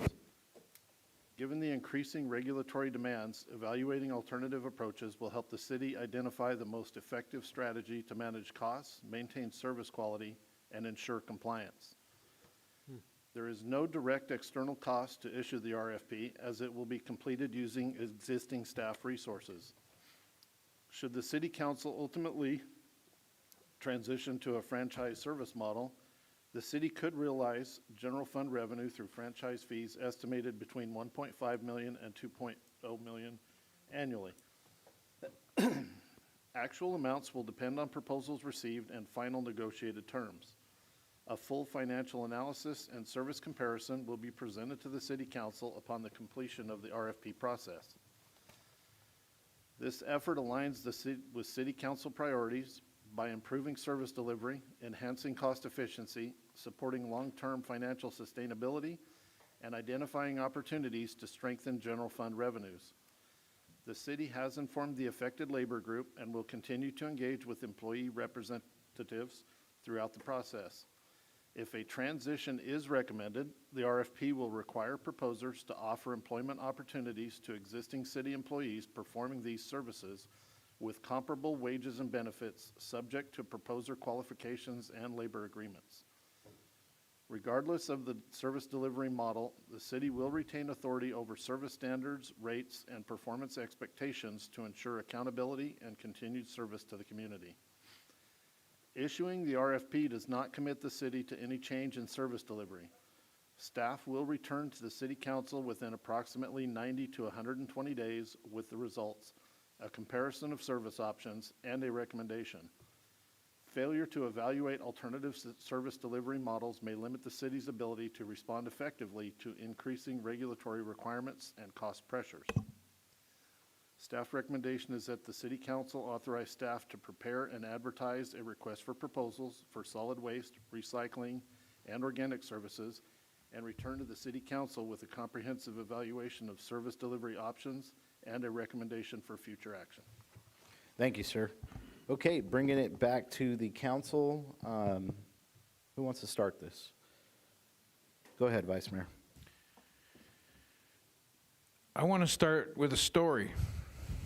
I'm going to shock my Earth Day friends. Only 6% of the stuff that you spend all day sorting to put in the recycle bin gets recycled. It's been that way for a long time, almost 10 years.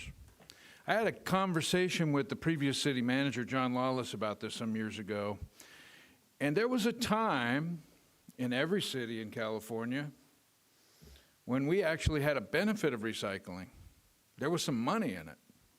That ended around 2016, 2017, nearly 10 years ago.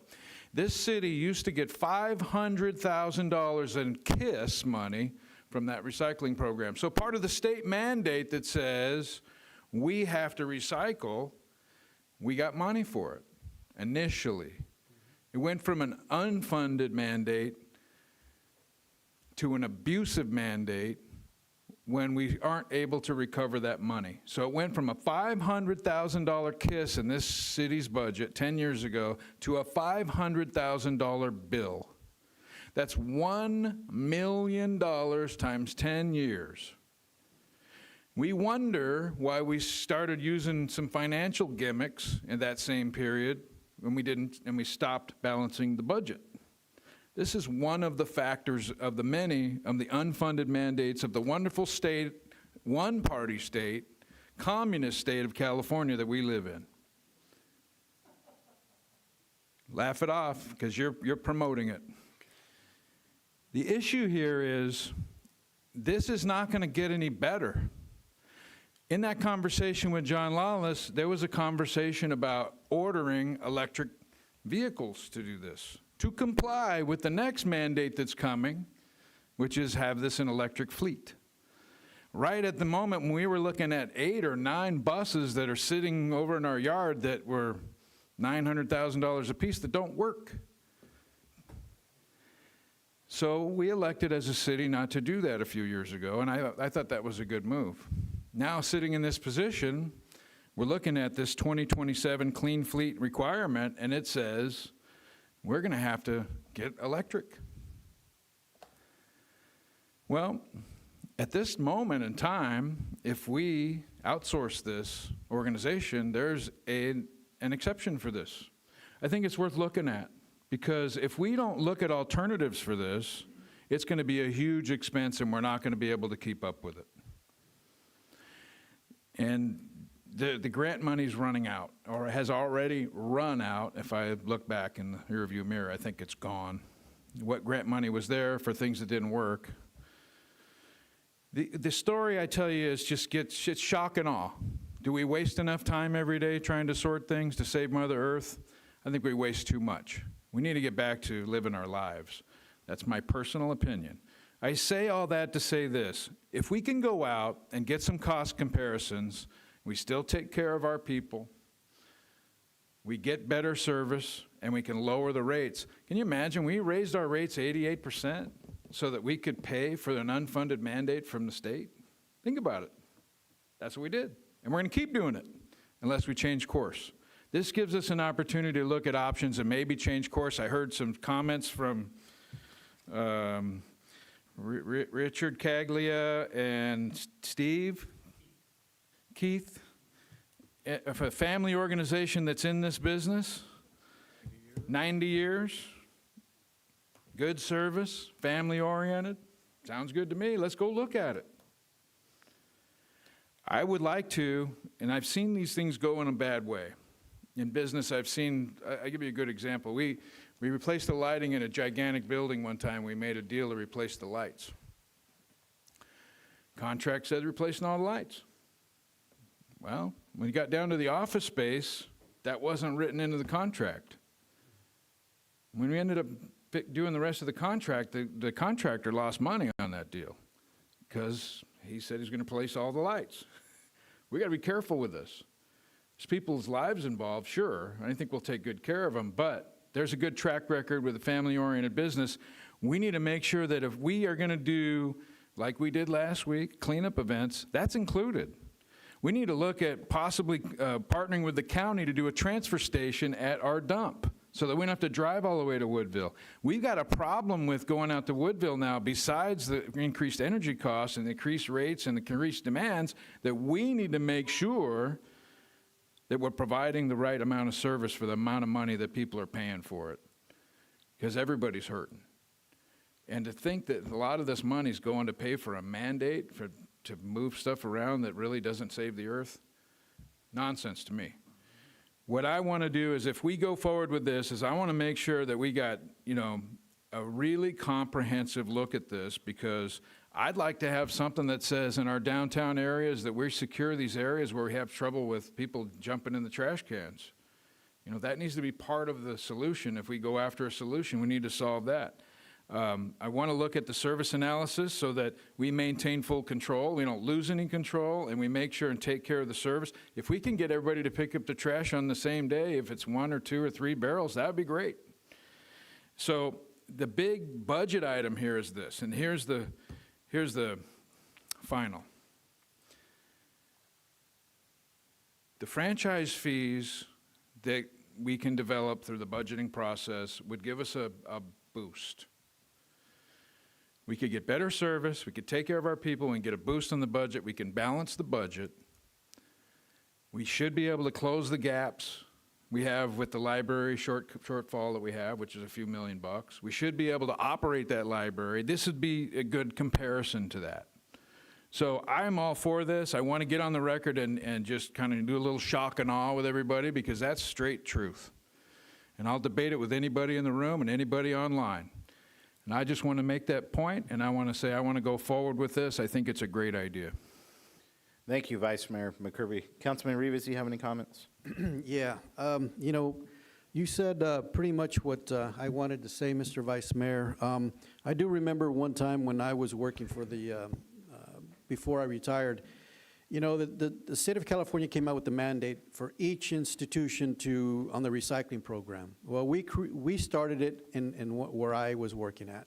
And when we did that, you know, you didn't have a choice. But, you know, when I left after the fact, it's still up and running. And I was very instrumental in assisting the Kings County recycling program with the institutions. So with, you know, this is a good idea. I like it.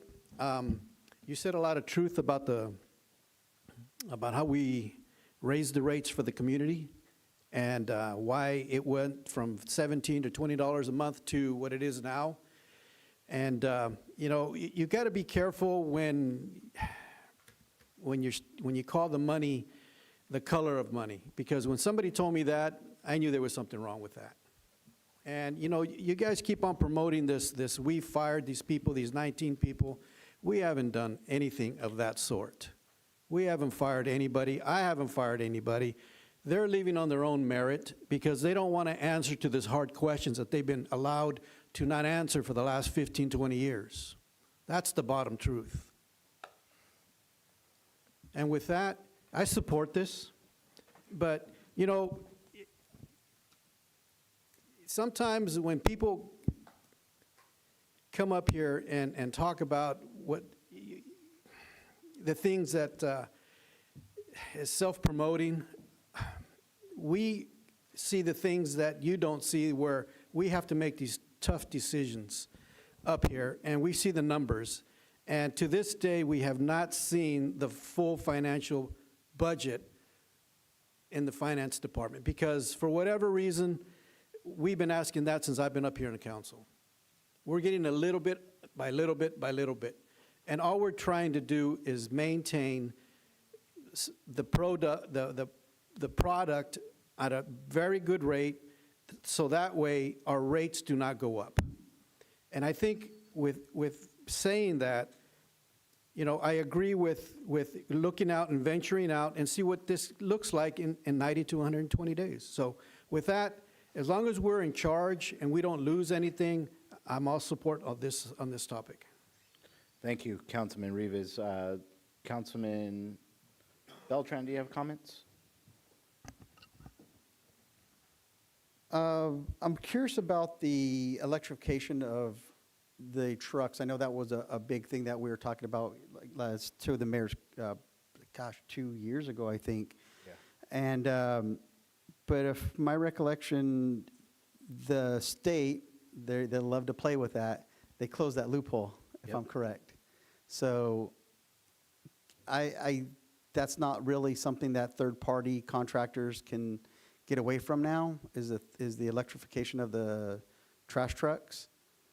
I'm not sure if that's something that they can speak to, or that's just, can I ask that general question? They're in that profession, so can you it's a unique educate me situation. on that? I like the idea. Yes, Keith Hester, General Manager, Cagley Environmental. Yet, at this point, it's still in limbo. So if you were to execute an agreement today, It's still open.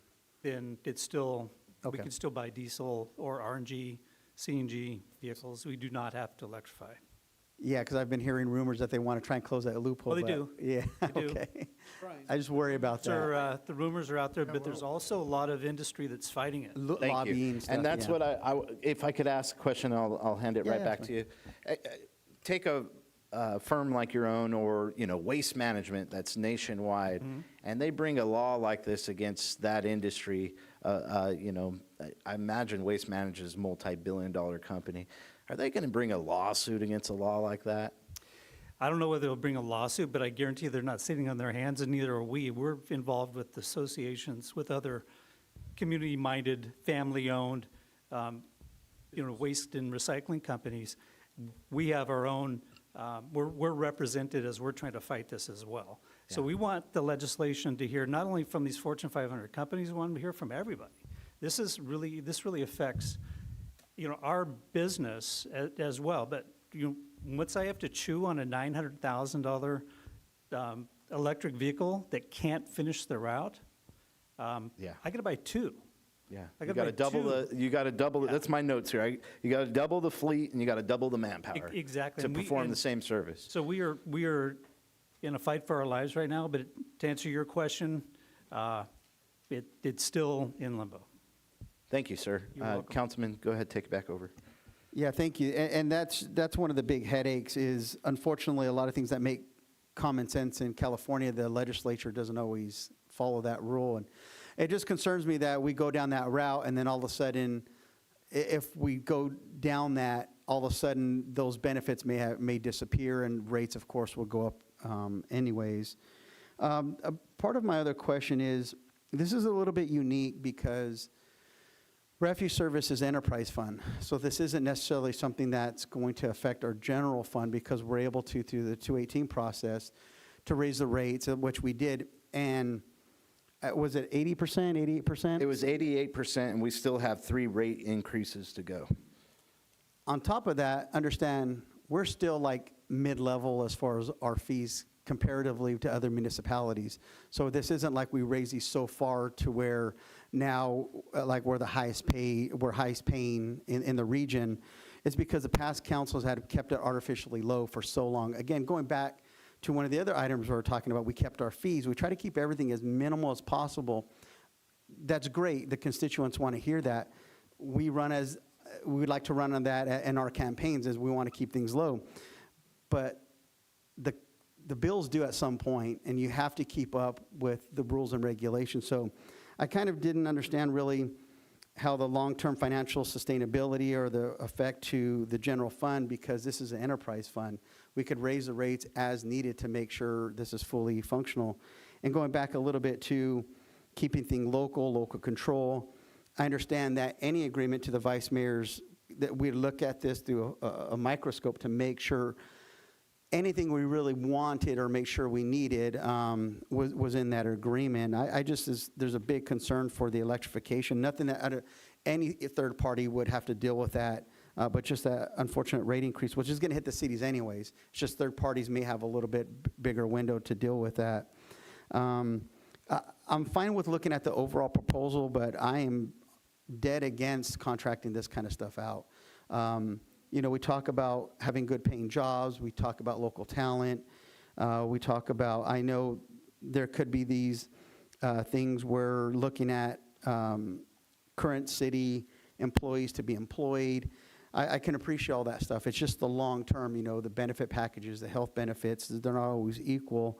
But we did this, we've heard comments in the past where we tried to do this with our wastewater. It has nothing to do with your guys' organization or that industry, but the city had a taste of this in the 80s, and it didn't go well for the city. And so that's the last kind of taste in the local residents' mouth or especially people who work for the city.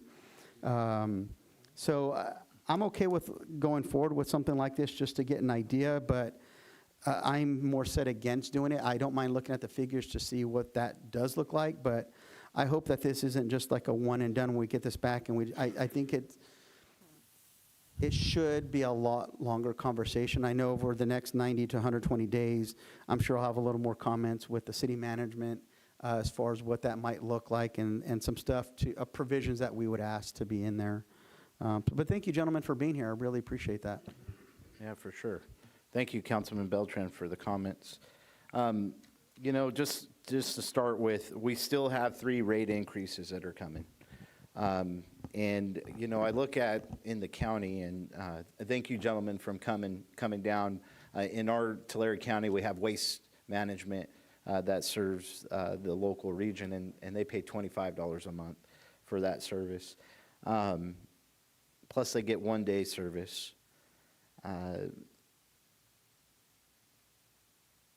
If we were to, once you lose control, it's gone, right? And so I love having local control. This is something that before some of our other colleagues here, but Councilman Beltran, if you remember with transit, giving up that local control ended up costing us more money in the long run, and we had to fight to get it back.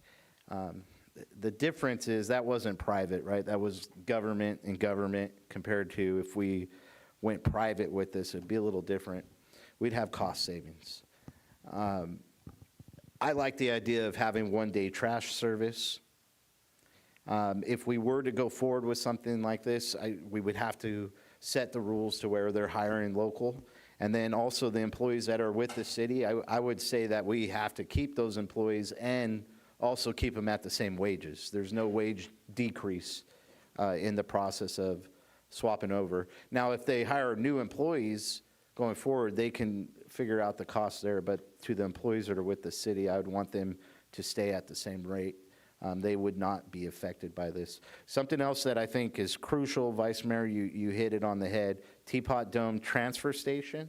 I know there's been talks with county supervisors to try to come up with something like this, but if we could create an area at Teapot Dome for all of our locals to be able to go and dump their loads, that would be beneficial for the community, or even possibly open up a dump site on the southeastern side of Tulare County. That is something that can be negotiated through this process, and some kind of partnership with city land and whoever we end up going with through the RFP.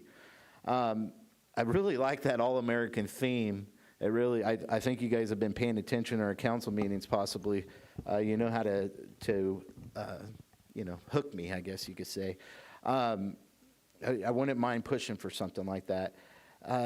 The idea of donations to civic events or projects in the community, really love that idea as well. It would be nice to have that. Something else that stands out is the franchise fee of $1.5 million to $2 million annually. And so that would be somewhat of a game changer for the city of Porterville. That would increase our general fund and help us with some of our budget issues here in the city. Something that I want to propose, and it's not that I don't trust staff. I like working with staff. I think that sometimes we're seen as ceremonial figures, and I like getting in the weeds with you guys. And so something I would propose here, if we do an RFP and we take the top 3 candidates, what I'd like to do is be part of those negotiations. Is there a way, and maybe legal advice here, that we could select, and it doesn't have to be me. I mean, I'm the mayor of Porterville. I would like it to be me. But if we selected someone to be part of those negotiations with staff, supporting staff, and negotiating out the best deal for the city of Porterville. And I'm asking for legal advice. Is that something we can do? Yes, we would just make it part of the RFP, and we'd make it clear that that's part of the process. Okay. And so if we looked at the top 3 contenders and we would have the ability to negotiate the best deal? Yes, if that's how you set up the RFP process, you absolutely can do it that way. Okay. That's something that I want to present to you guys, because right away I would negotiate for to bring the cost down to what it originally was. I would stop these rate increases. Like I said, I'd fight for the employees of the city of Porterville and make sure that they get the same wages what they're getting. I would fight for one-day trash service. I'd fight for a dump site or a transfer station, Teapot Dome. I would make sure that we get, not only that they hire local, but they open a local shop. They have to have a business here locally. Then I would also push for some kind of donations other than the franchise fee, some kind of civic events or projects in the community. I don't know if it's $100,000 annually and it's something that goes into a pot that the council has the discretion to spend in the future. That would be something else that I would waiver. As far as the electric clean fleet, this is coming down, and this is a way to beat that system. You know, what you guys didn't say out loud is you pay for lobbyists, right? And so you lobby the government in Sacramento, and it's not just you guys, it's all industries. Everyone does it. I understand. I get how politics work. We buy our politicians, and the politicians makes the laws, and if we're not giving those politicians money, then they're not going to make certain laws, right? And so I have a feeling that they're going to back off on this one. That's my opinion. The organic $13.83 is just another cost to the city. With this approach, we pass this off onto the private sector while making sure we take care of the city employees. I think it's the right approach. But my ask here tonight would be amending this and allowing me to be part of the negotiations. That would be my motion for an amendment. Couldn't we just write up, like, each of us have, like, maybe our questions or thoughts of what we'd like to have and just submit them to the city manager for that negotiation? Yeah, I guess that could be. It becomes too bureaucratic. I think it would be one or two. If you allow that for the mayor, could you allow it for the mayor plus one other council person? Or is it just one? What would your legal advice be on that? Ultimately, I think you guys could set it up however you want to. I wouldn't recommend more than two, because then The Browns Act. Two would have be a Brown- max. have a Brown Act issue. But if you wanted two council members involved in the negotiations, that would be okay. You know, I ran Councilman Belcher, and I think we did this a few times the last year, something similar to what we've been doing. I like that idea because it's more nimble, and it's more decisive. The final decision still comes back to the council. Yeah, the council still makes the final decision. But it gives us the opportunity to negotiate the best deal for the city of Porterville And its employees? with staff, yes. Yeah. And there's certain things that I'm going to say to the private sector that staff will not. I love you guys, but you just don't. And so, is that a fair statement? That's a fair statement, Mayor. I've seen it done. So that's my position. That would be my motion. I'm open for two members. That would be good. All right, I don't have any more comments. You got a comment, Raymond? Well, the only reason I bring this up is we all submit something and maybe the staff could go through it. Go ahead. Well, what I was going to say is, this is going to get into the Browns Act, but I was going to say it would be amazing to have your notes there as part of the recommendation. I'll submit them to whoever I need to, whether it's you Yeah, or the city manager, I would give it to city manager, because then. Yeah, because we don't want to violate the Right, Browns Act. Right, so to your point, exactly. But the reason I bring it up is because I remember the negotiation with the antenna, and I wasn't aware that it was going to go towards the extra money. What you got Yes. was going to go towards a certain thing, and I was like, I wasn't aware of that. So I didn't like being in the dark of what part of the negotiation went. That was all. And the Brown Act, man. I wish that I could have communicated with you through the whole process. I do. But ultimately, even if it was you in the arena, you would be fighting for the constituents of Porterville, for our employees, I think in the same fashion.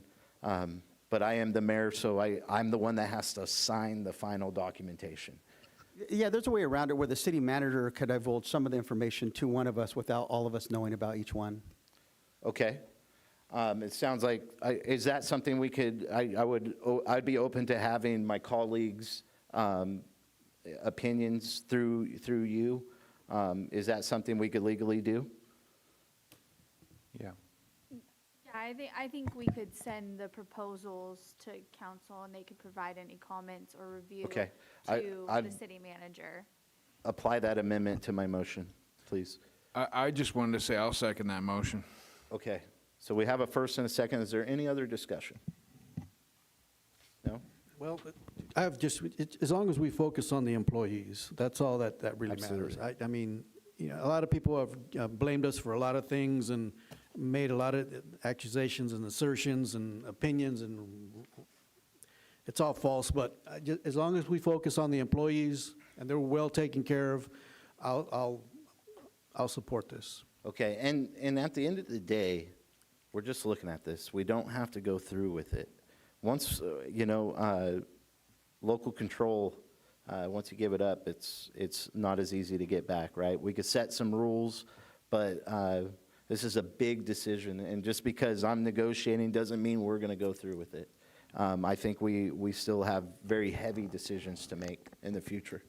And maybe to that point, Mayor, there are a couple approaches to get the answers to some of your questions with the procurement. So if you want to get right to it and start negotiating, you could probably speed this up and say, staff identify 3, Okay, that's what I was gonna go to And we the city charter, because it states that we have to get 3 proposals, right? yeah, or you could do 1 if that was the direction of the council. We've sole sourced before. So there's all kinds of range, depending on how fast and you want to get right into.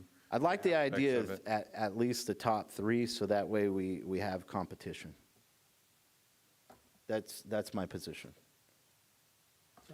I'll take that amendment. What's that? That's that amendment to what you're going to send out on the RFP, right? Well, I think put it out, and whoever applies, and then we look at the top 3 candidates. I'll let staff make that judgment, and then from there, we could look at negotiating. Yeah, and what I was meaning to say is, you know, preparing all of the requirements to respond to our RFP. You know, there's a lot of time and effort by these firms to put their proposal together.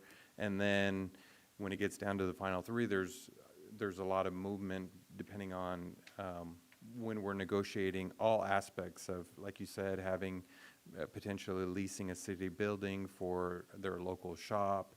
We get into the weeds of, does the city perform the maintenance? Do we sell the fuel to the contractor?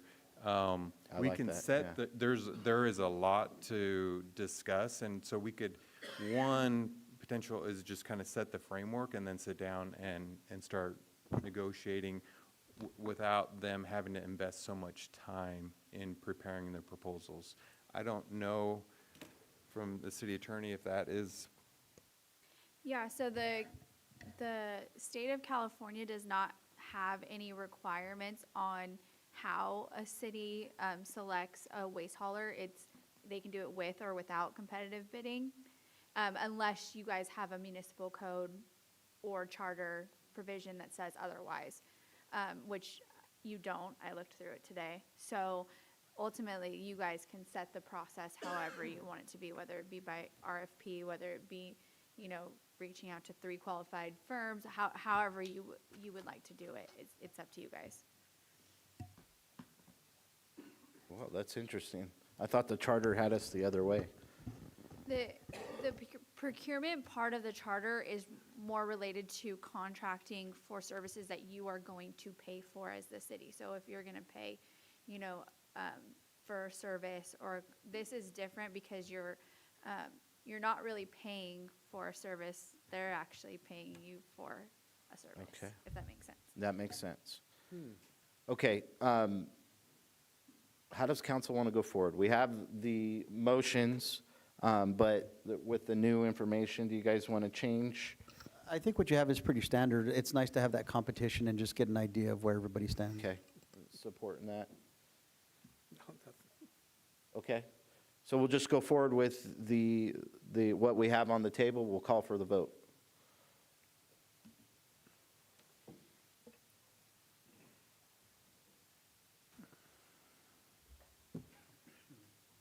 Let's see where this goes.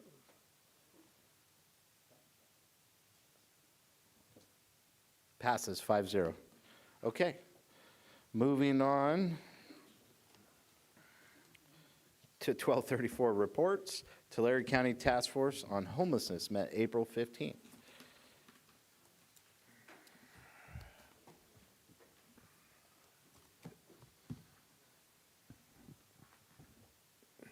Yes, sir. Well, I was not intending, I didn't attend that meeting, but here are some of the notes. First off, there was a call to order, formal. The second was a roundtable introductions. The third was a public comment, which no member spoke. Key discussions for the action items approved. They approved the prior meetings for February the 18th, 2026. Presentation, transmissional rental benefits presented by Kingsview. Talking points, financial assistance programs, focus on rental support as a bridge to stable housing, likely discussed around eligibility, funding, and effectiveness. Adoption for updated bylaws led by HSA Noah Whitaker. Talking points were governance roles and voting procedures and potential implications. Update encampment ordinance by the County Council David Yanez. Legal frameworks around homelessness. Adoptions of updated bylaws by HHSS. Updated environmental informational update by HHA P6. Housing, homelessness and housing assistance and prevention programs. Status of state funding allocations, how fundings are being used locally. Performance matrix, compliance requirements and future funding opportunities. And ending, it was ended by roundtable updates, talking with updates on various agencies, sharing progress, challenges, and opportunity to collaborate. And after that, the meeting was adjourned. And that's all I have for the Tulare County homelessness. Okay, thank you, Councilman Rivas. We'll move on to the Washington, D.C. trip. I had the great honor of traveling with the TCAG staff, Mayor Rudy Mendoza, and our city manager, Richard Tree. You know, it was an interesting trip. Got to meet with the White House staff, Congressman Costa, Congressman Valadeo, Congressman Fong, and then also the FTWA and the FAA. Really just a great opportunity to work with my fellow colleagues and supporting staff, and then also the congressional level and the White House administration. You know, what we went there fighting for was Porterville and the expansion of our airport. You know, the city of Porterville is centrally located next to the Sierra Nevadas in a way that we could serve 4 counties within 20 minutes from our airport with air-to-ground resources. And so, you know, we reach Inyo County, Kern County, Fresno County, and Tulare County. And this was the pitch. That we have the Forest Service, CAL FIRE, and military operations, special forces training at our airport. And ultimately, we live in a state that has not done a good job on forest management, and we've had historic droughts. And so fire behavior has been extreme, and time is of the essence. And so trying to expand on this airport and make this a hub for wildland firefighting was the sell. And it went well. It went well with the White House staff, especially when we talked about the Palisade fires and the fact that our airport was utilized during the Palisades fires. But we could not bring in what in the fire world they call the VLAT. It's the very large air tanker, also known as a DC-10. And this air tanker could drop retardant for 1 mile straight. And you don't necessarily have to drop for that whole mile. And in the fire world, you'll see this VLAT make 4 runs and 1 flight pattern. So it'll come back 4 times and hit on a piece that you have guys on the ground working, going direct. And so it makes it a highly effective tool. But we can't bring that into Porterville. And also with the military operations and the training that go on out here in Porterville, they are limited on the size of ships that they could bring to Porterville. And so that was the sell in meeting with the White House staff. I think it went very, very well. And they supported us through the FTWA and the FAA. And we still have work to do. The FAA wants us to get some more numbers for them. I think Amy from San Francisco is going to come and visit with staff, and hopefully I could be a part of that. And we'll go and make sure that we're showing the reason to expand our airport. We're not looking at this as a commercial runway. We're looking at it as a firefighting resource. And that's another thing with the commercial runways is you have delays because of the commercial runs, where the city of Porterville will only go and fight fire in those moments. Other than that, I think you got some pictures from the trip that you wanted to show. There's the Capitol, that's Richard Tree there flexing in the in the middle. I think that was Secret Service. And so, yeah, you provide a great recap of the event, of our trip. I apologize. So we have some pictures to highlight some of the folks that we met with. And I will mention a special thanks to TCAG for setting this up, but also the lobbyists that they're using. And I think that the council, we should discuss that as a potential, maybe during our budget process, the use of lobbyists. And you could speak to it No, as yeah, well. I've already, in our agenda briefing, I brought this up with you. I think that, if you look at the list of projects that we brought from the county, Porterville has one on the project, and you look at other cities, and they got multiple asks. And at the end of the day, those cities pay for lobbyists. And so that was an experience that we saw, but they don't not only lobby the congressional members, but they go to the administrations too, right? The FAA, the FTWA, and they go and ask them directly. And so things that we could look at for the future of Porterville that we've always historically just pulled bonds or went into debt for, we could go in and lobby for a tree plant, or we could lobby for some kind of methane capture on our sewage. We could lobby for certain roads in our community. We have to have shovel-ready projects that they'll support, but it's the right approach. And I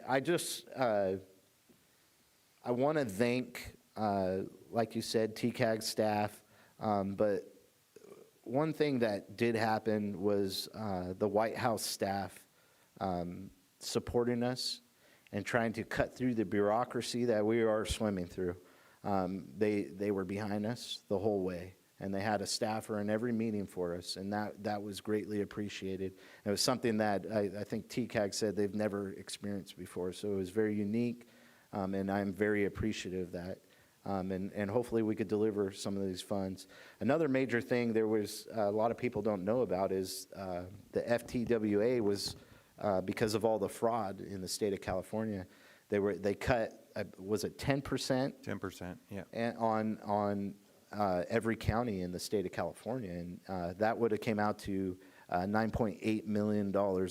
We had a $98 million federal grant, and so through our persistence, through calling the lobbyists and meeting with the FTWA, they were able to resolve that, and that was $9.8 million for the county. But ultimately, if they would have cut that money, it would have took from our projects right here in Porterville, because right now the priority is widening 99. And so they would have had to use the funds that were meant for Porterville in our Caltran projects that are going on, that I'll report on after this. We would have lost them. And so we would have lost some construction projects. So I greatly appreciate them looking at counties like Tulare that have been good stewards of the taxpayers' dollars and been putting that money to good projects. Yeah. Now, something that I caught from on the meeting is they were not in support of electric vehicles, and they're not in support of pilot hydrogen programs from the federal level. And so, as that gentleman stated earlier, I don't see the federal government getting behind that at this point, anyways. If you want to show your pictures, I could talk about them. Yeah, Fern, if you can just, so this is where we're in the Eisenhower Executive Building, which is in the White House complex. This meeting in particular is where we got to sit down with White House staff and advocate for our airport, as well as a bunch of road projects. And that was the Secretary of War office, yeah. Yeah, that was pretty incredible. And the history and the architecture inside that building was awesome, so. Yeah. Go ahead, Fern. We got the mayor in front of that in that same room. Great Is that job. Mr. Knox? I don't recall. What else is just amazing in that building? Everything's marble, and in the stairways, there's been so many people to take steps through that building, and it looks like water has been flowing down those stairs. Is pretty eye-opening. Continue on, sir. Yeah. Well, we don't have we were right next to the vice president's office too. We didn't get to see him, but we saw some other, and we have some pictures, some other important folks. Yeah, continue on, Fernando. So there's, go This ahead. is unique. Every city that comes to visit the White House, and if they bring a challenge coin, there's a box that you put it in, and then they display it. So this is something that the President of the United States will take a look at these challenge coins, and then he personally picks the ones that will be on display. So this display rotates, and the mayor submitted our challenge coin for his consideration. So that was pretty cool. This is with Congressman Jim Costa. We had a lively discussion with him. He doesn't represent our area, but he knows what Yeah, Porterville's doing. it was quite interesting. He was excited to talk about our airport, even though he doesn't represent. I actually felt bad for the other members because they were lobbying for the widening of 99, and we spent the whole meeting talking about Porterville, so. Yeah. This is our meeting with the Department of Transportation, where again, I think without the help of the White House, that particular meeting would have been focused on outside of Porterville, but they made some phone calls, and to your point, they really were interested in our project, and so the Department of Transportation was notified by the White House, and that conversation itself kind of turned to our favor as well. Yes, sir, yeah. And hopefully Peyton will be coming to Porterville. I know he's planning on coming for a ribbon cutting, and Yeah. he mentioned that he wanted to come and visit Porterville, so that'd be great.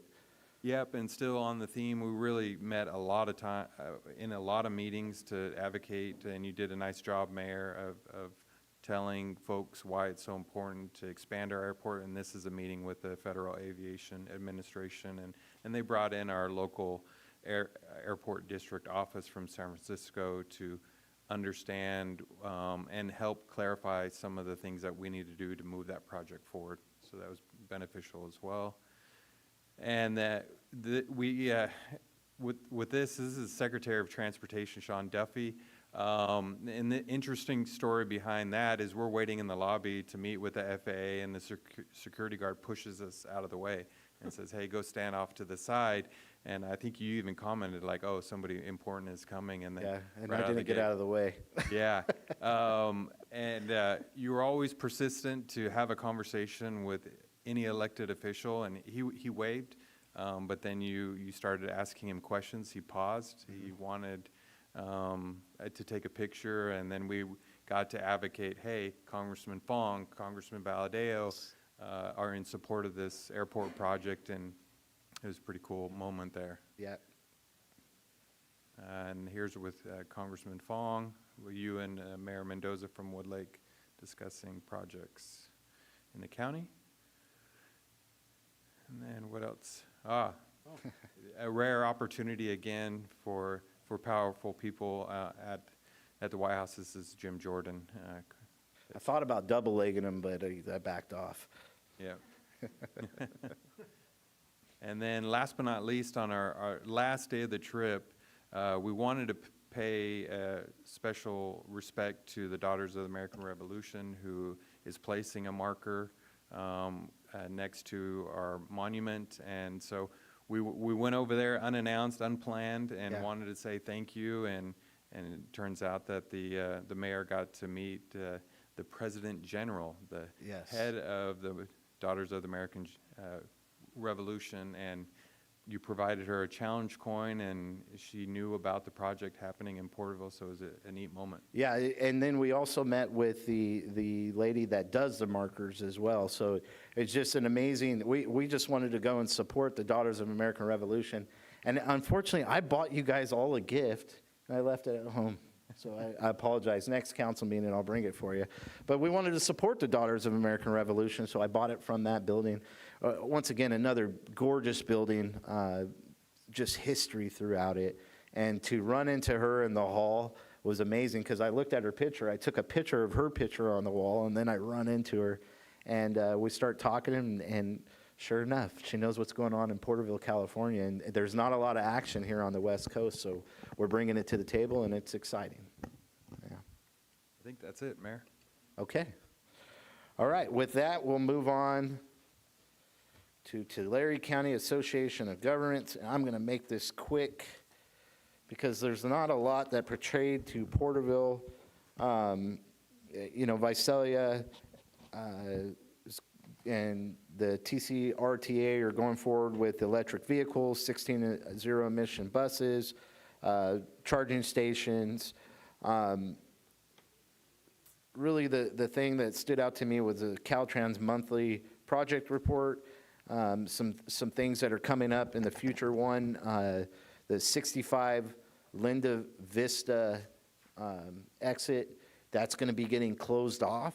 So you won't be able to cross over the middle anymore. You'll be able to get off on the on-ramps, but we've had a lot of head-on collisions right there. And so that's something that I've been riding Caltrans on. I know the city manager has been riding them on.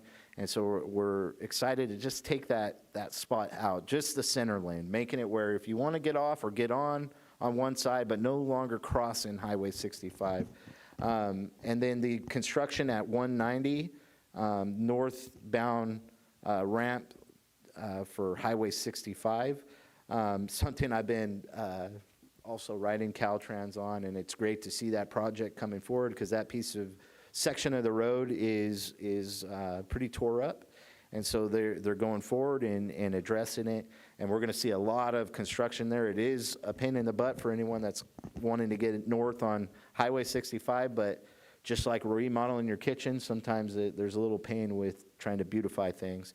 And then I also had the conversation about Westwood and 190. We had a casualty accident over the weekend, and so I just requested if they would review it and look at ways to make it safer for traveling through that sector.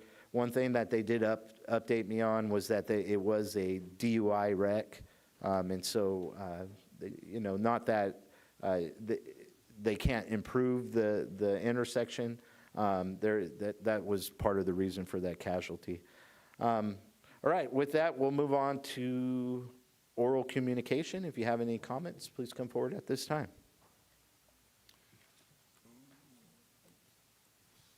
Brock Neely, address on record. As you were speaking about the waste stuff, the Vice Mayor brought up how the costs for the recycled shifted from being paid money to costing us. If you look at the calendar, what happened at that same time? We had a new president that pissed off China that was taking all the recyclables. And they're no longer taking them. That's why we don't have any money coming in on them. Thank you. Thank you, Mr. Neely.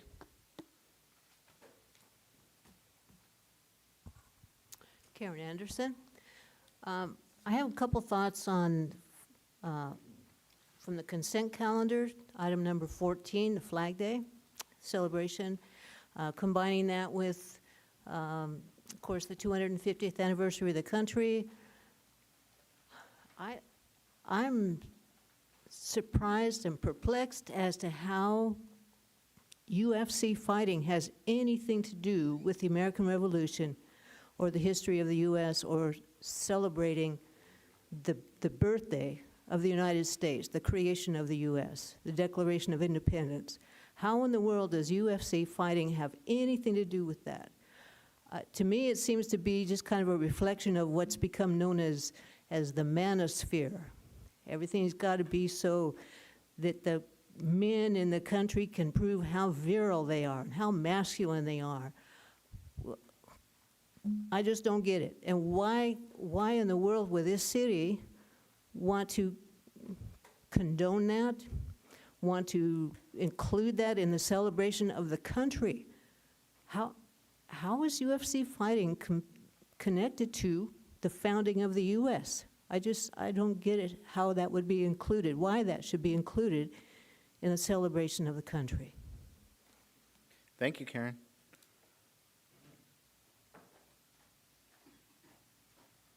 Greg Shelton, 88 North Williford Drive. On the item I spoke about earlier, about the existing non-conforming uses, I want to compliment, AJ, thanks for saying what needs to be said. Is like, listen, we don't want to raise any more fees. Somehow, something that was planned to make things easier and cheaper got morphed into something that became more expensive. So I appreciate you saying that. Stan, I appreciate you agreeing with him.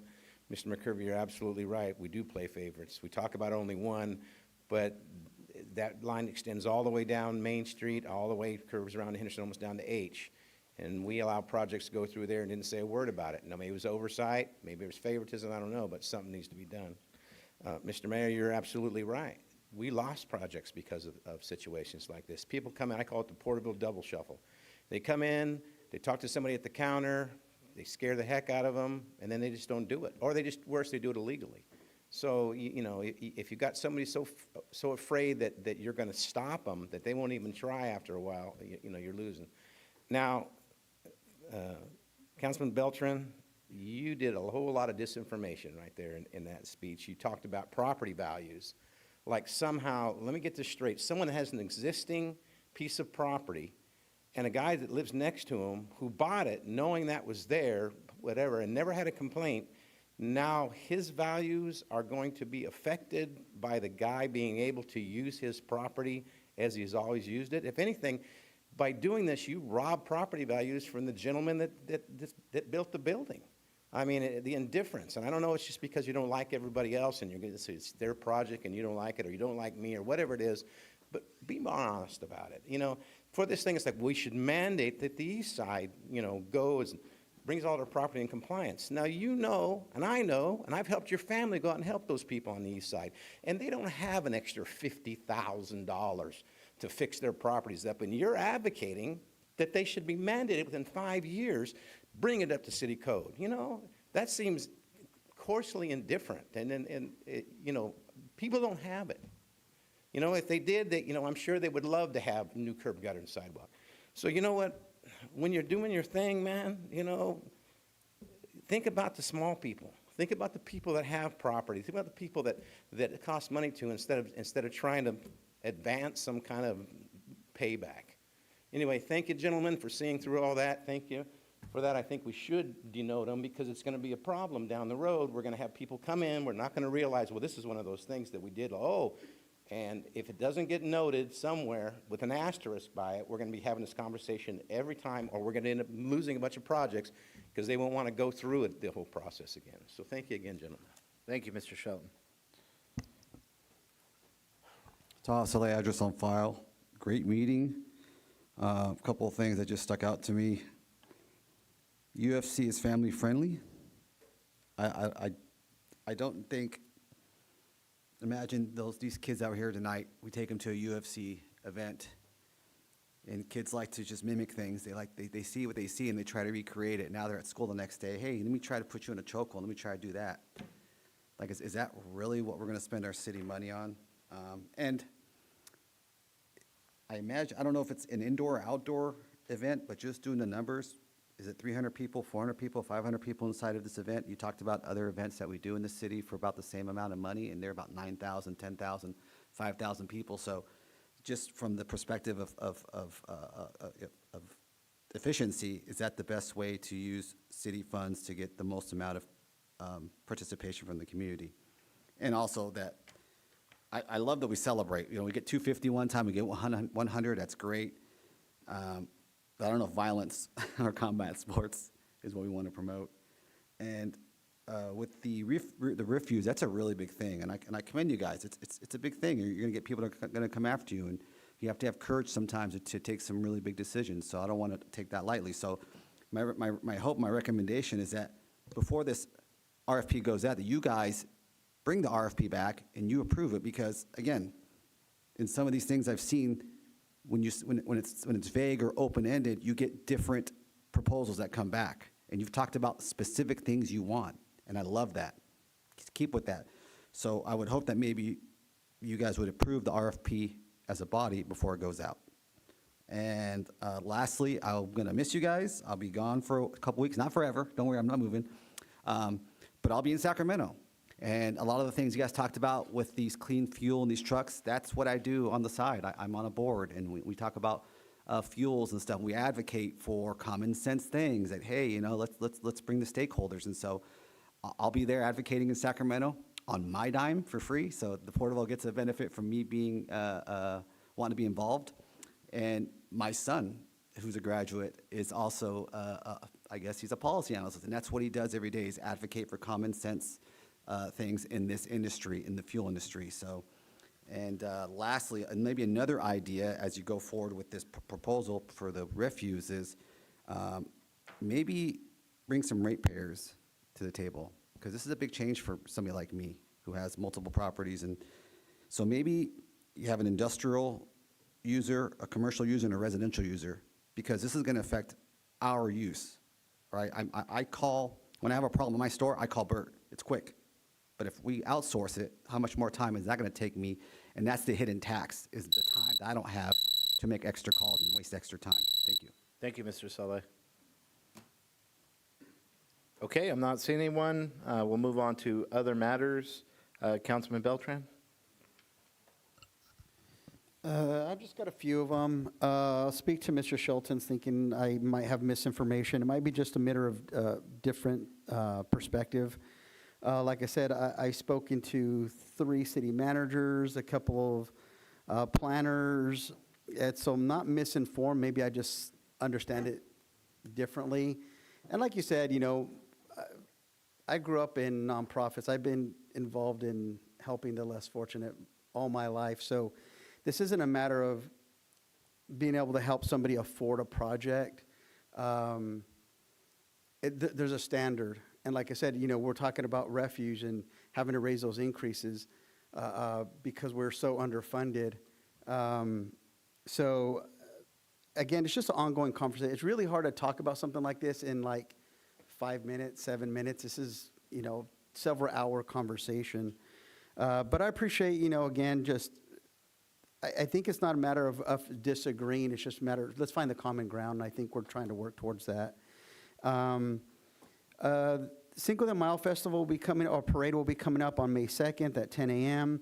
The following day on Sunday, there'll be a celebration of events over at the Veterans Park.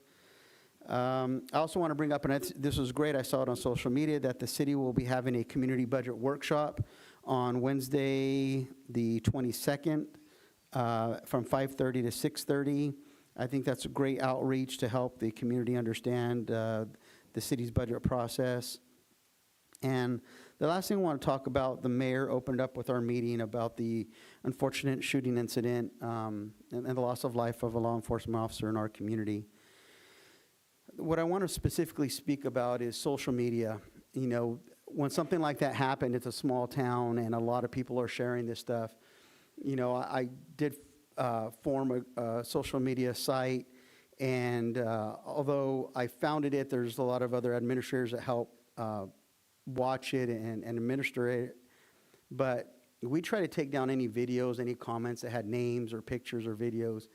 And I want to be mindful of the community to just respect when there's something tragic happening in our community, whether it's a car accident, a fire, or drowning, a shooting, whatever it may be. It's a small town. There's family members see this stuff before all the right information comes out. And so people don't like censorship. They don't like, you know, they think everything should be allowed to be said.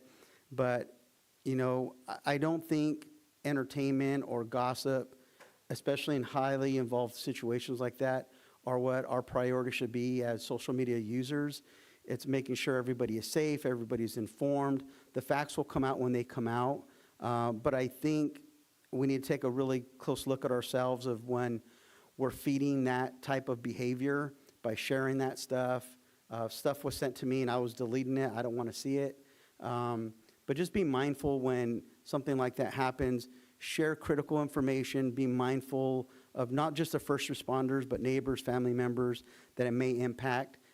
Like I said, within a few hours or the next day, all the information will be had. But just be mindful of those involved rather than just the gossip and being first to know. So that's it. You know, Councilman Beltran, I want to just recognize, I saw what you took a lot of flack on Porterville FYI for that, so I appreciate you. I don't think it was censorship. I think that you were making sure that misinformation wasn't getting out, and so I appreciate that from you. Councilman Green.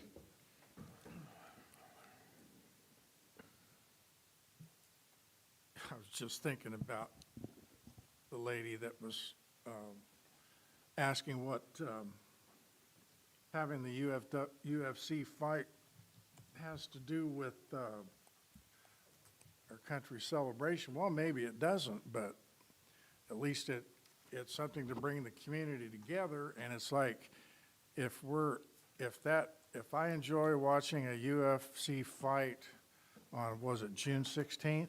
Yes, no. Right? 14th. 14th, okay. And if that makes me a toxic male, then sign me up.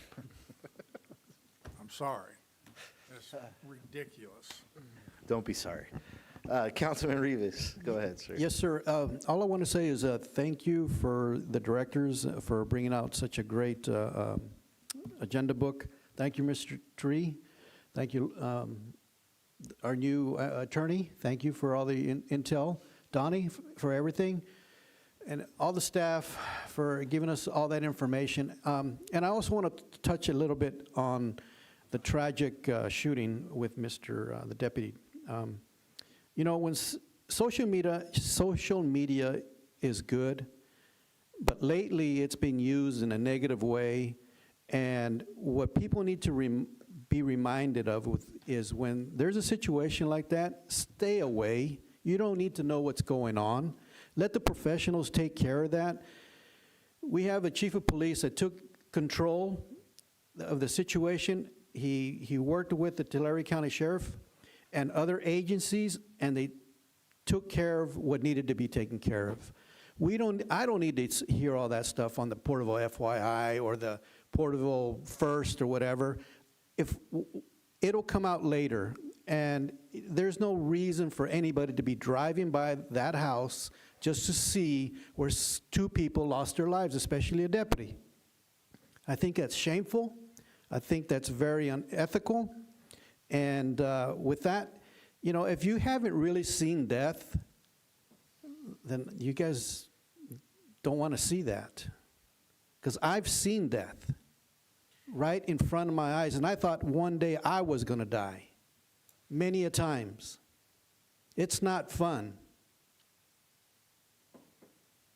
So with that, I didn't want to get into my personal life, but with that, I want to congratulate you, sir, for taking care of what you needed to take care of, because, you know, when I need to know something, it'll come out either in the news or by the professionals. And that's what we hire them for, that's why they're in the positions that they are. Not no social media.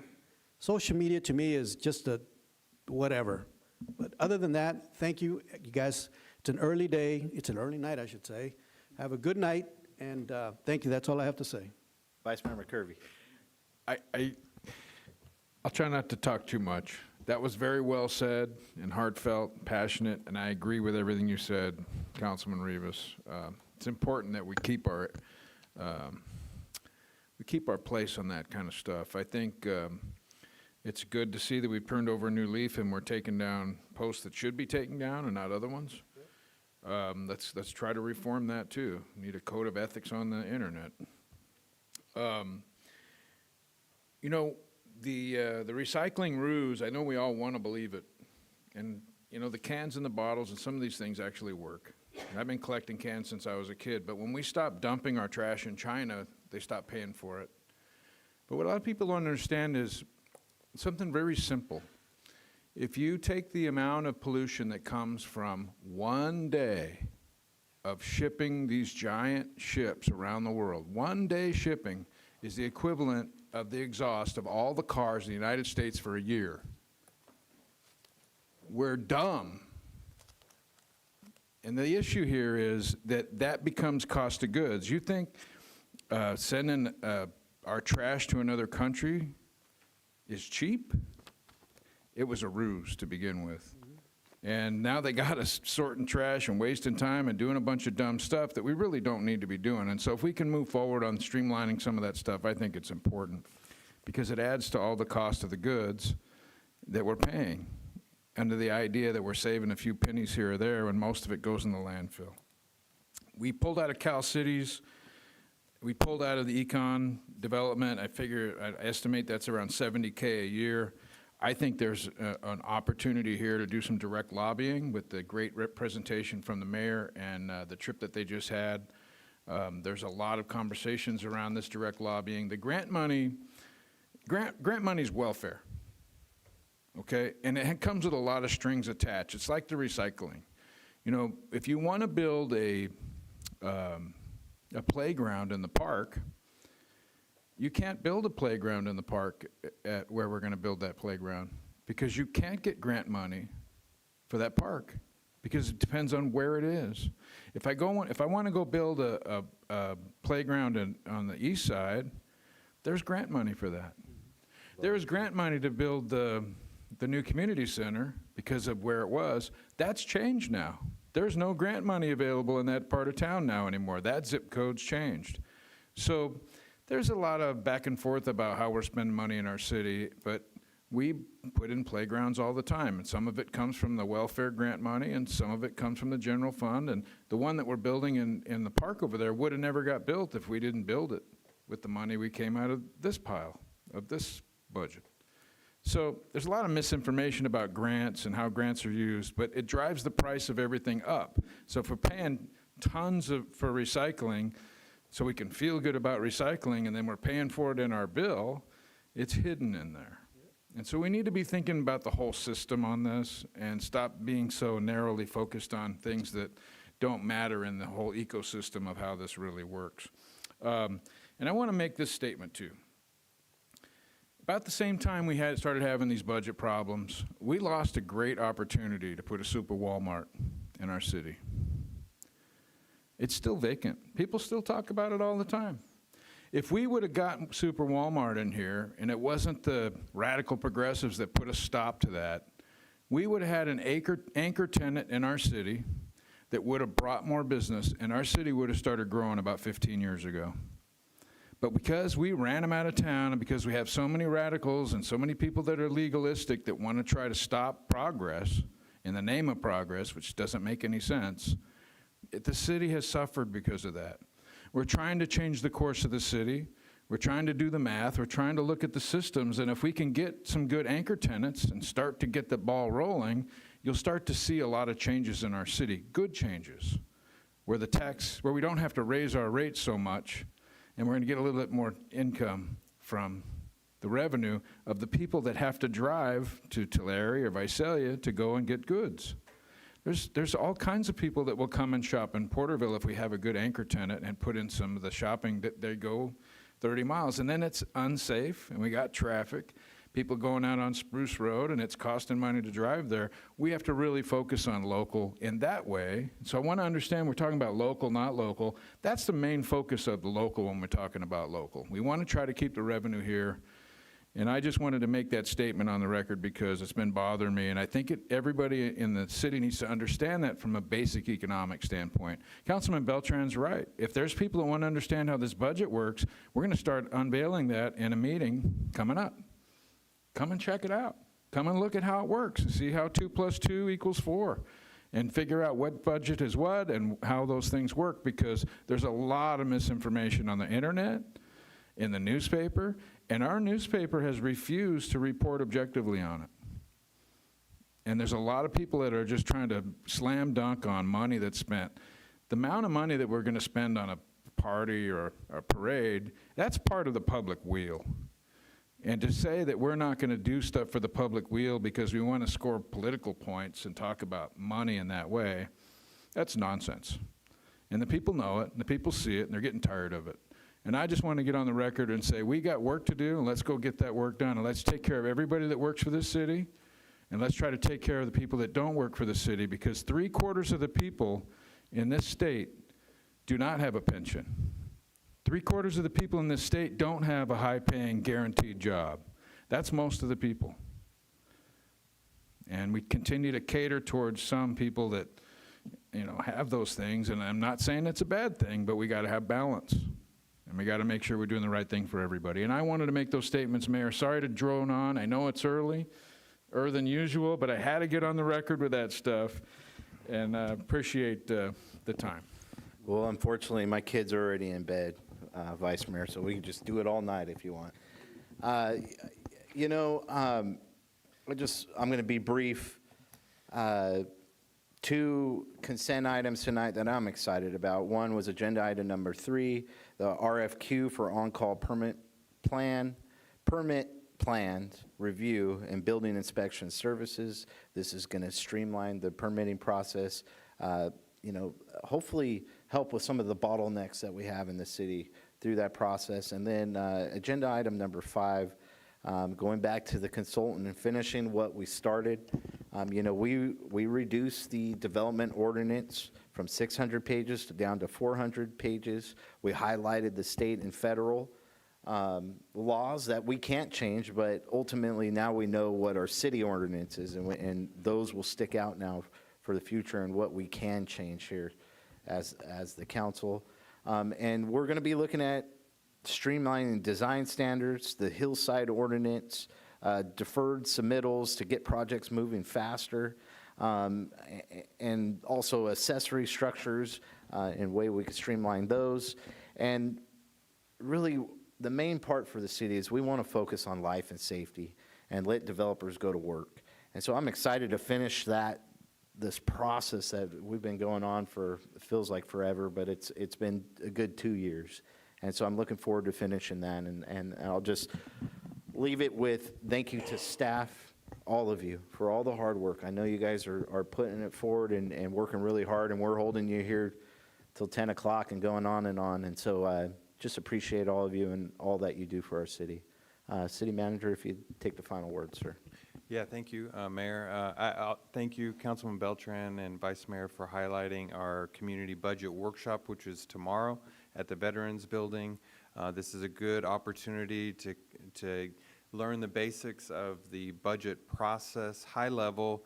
But then I think what's also really important from a staff perspective, but also the community, is a chance to sit down with a department head, a director. If you want to sit down and you're passionate about the police department, you can sit down and ask questions. You can let that director know what is important to you. As we're building out the budget, we'll take those comments and into our final stages and then share them with the council, the feedback that we heard. So that's tomorrow at 5:30, and then next week on the 28th, we will be presenting the draft capital improvement project list. This is our capital projects plan for this fiscal year. This is also an important time where the council gets to identify their priority projects, right? What's important and what they would like to see done this next fiscal year. So this is all kind of building up to the final presentation of the budget. But on May 12th, we have another special city council meeting where we're going to present the preliminary budget.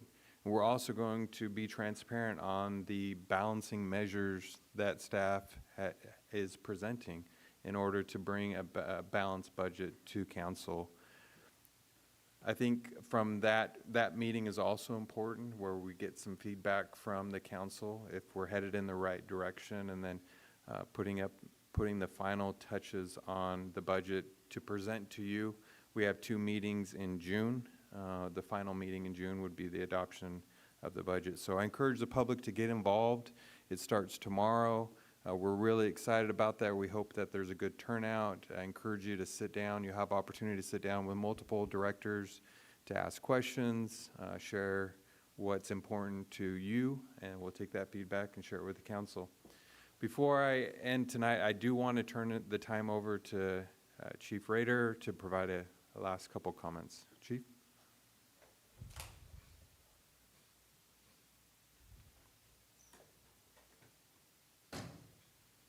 Thank you, Mr. City Manager. Good evening, Council. We wanted to take a moment and capitalize on the audience to give some gratitude where it's due. I think it's important that the community hears a few things. First of all, on behalf of the police department, I want to thank the city leadership for the support that you have given us in the aftermath of this tragedy on April 9th. It doesn't get said enough, and there's a lot of cities that have it a lot worse. On that terrible day, I kept you informed best I could. Not a single one of you bothered me. We were busy. Truth be told, I wouldn't have answered you. We were busy. And I want you to know that I appreciate that. this, this tragedy was as bad as it gets.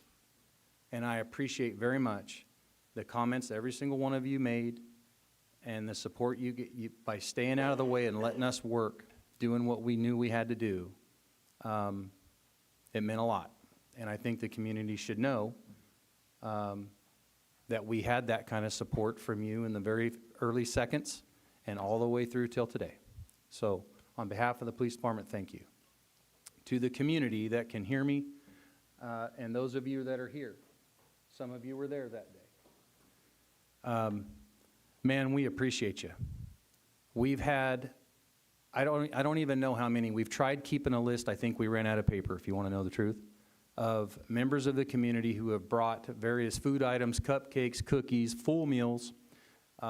They have fed us every day since that event, and that is, it's appreciated. And I hope that there's a lot of people that can hear me tonight online to know how much we appreciate it. And so, one final thought. People walk up and ask us every day, what can we do? What can we do? We have people in the community that are trying to and wanting to do fundraising, and it's wonderful. The amount of support and love that's been shown to law enforcement and the community and the Hoppert family has been overwhelming. And in every one of those conversations I get asked, hey, what do you need? What can we do? And my answer is love and be a good neighbor. That's what you can do. You don't need to say anything. You don't need to do anything. If you can work on those two things, do what you're doing. The city of Porterville, historically, is like this. That's why I love this place. And on behalf of the police department, we wanted to tell the community and the city leadership those things. Thank you. Thank you, Chief. We should have had you go earlier. Thank you for those comments. Okay, with that, meeting's adjourned.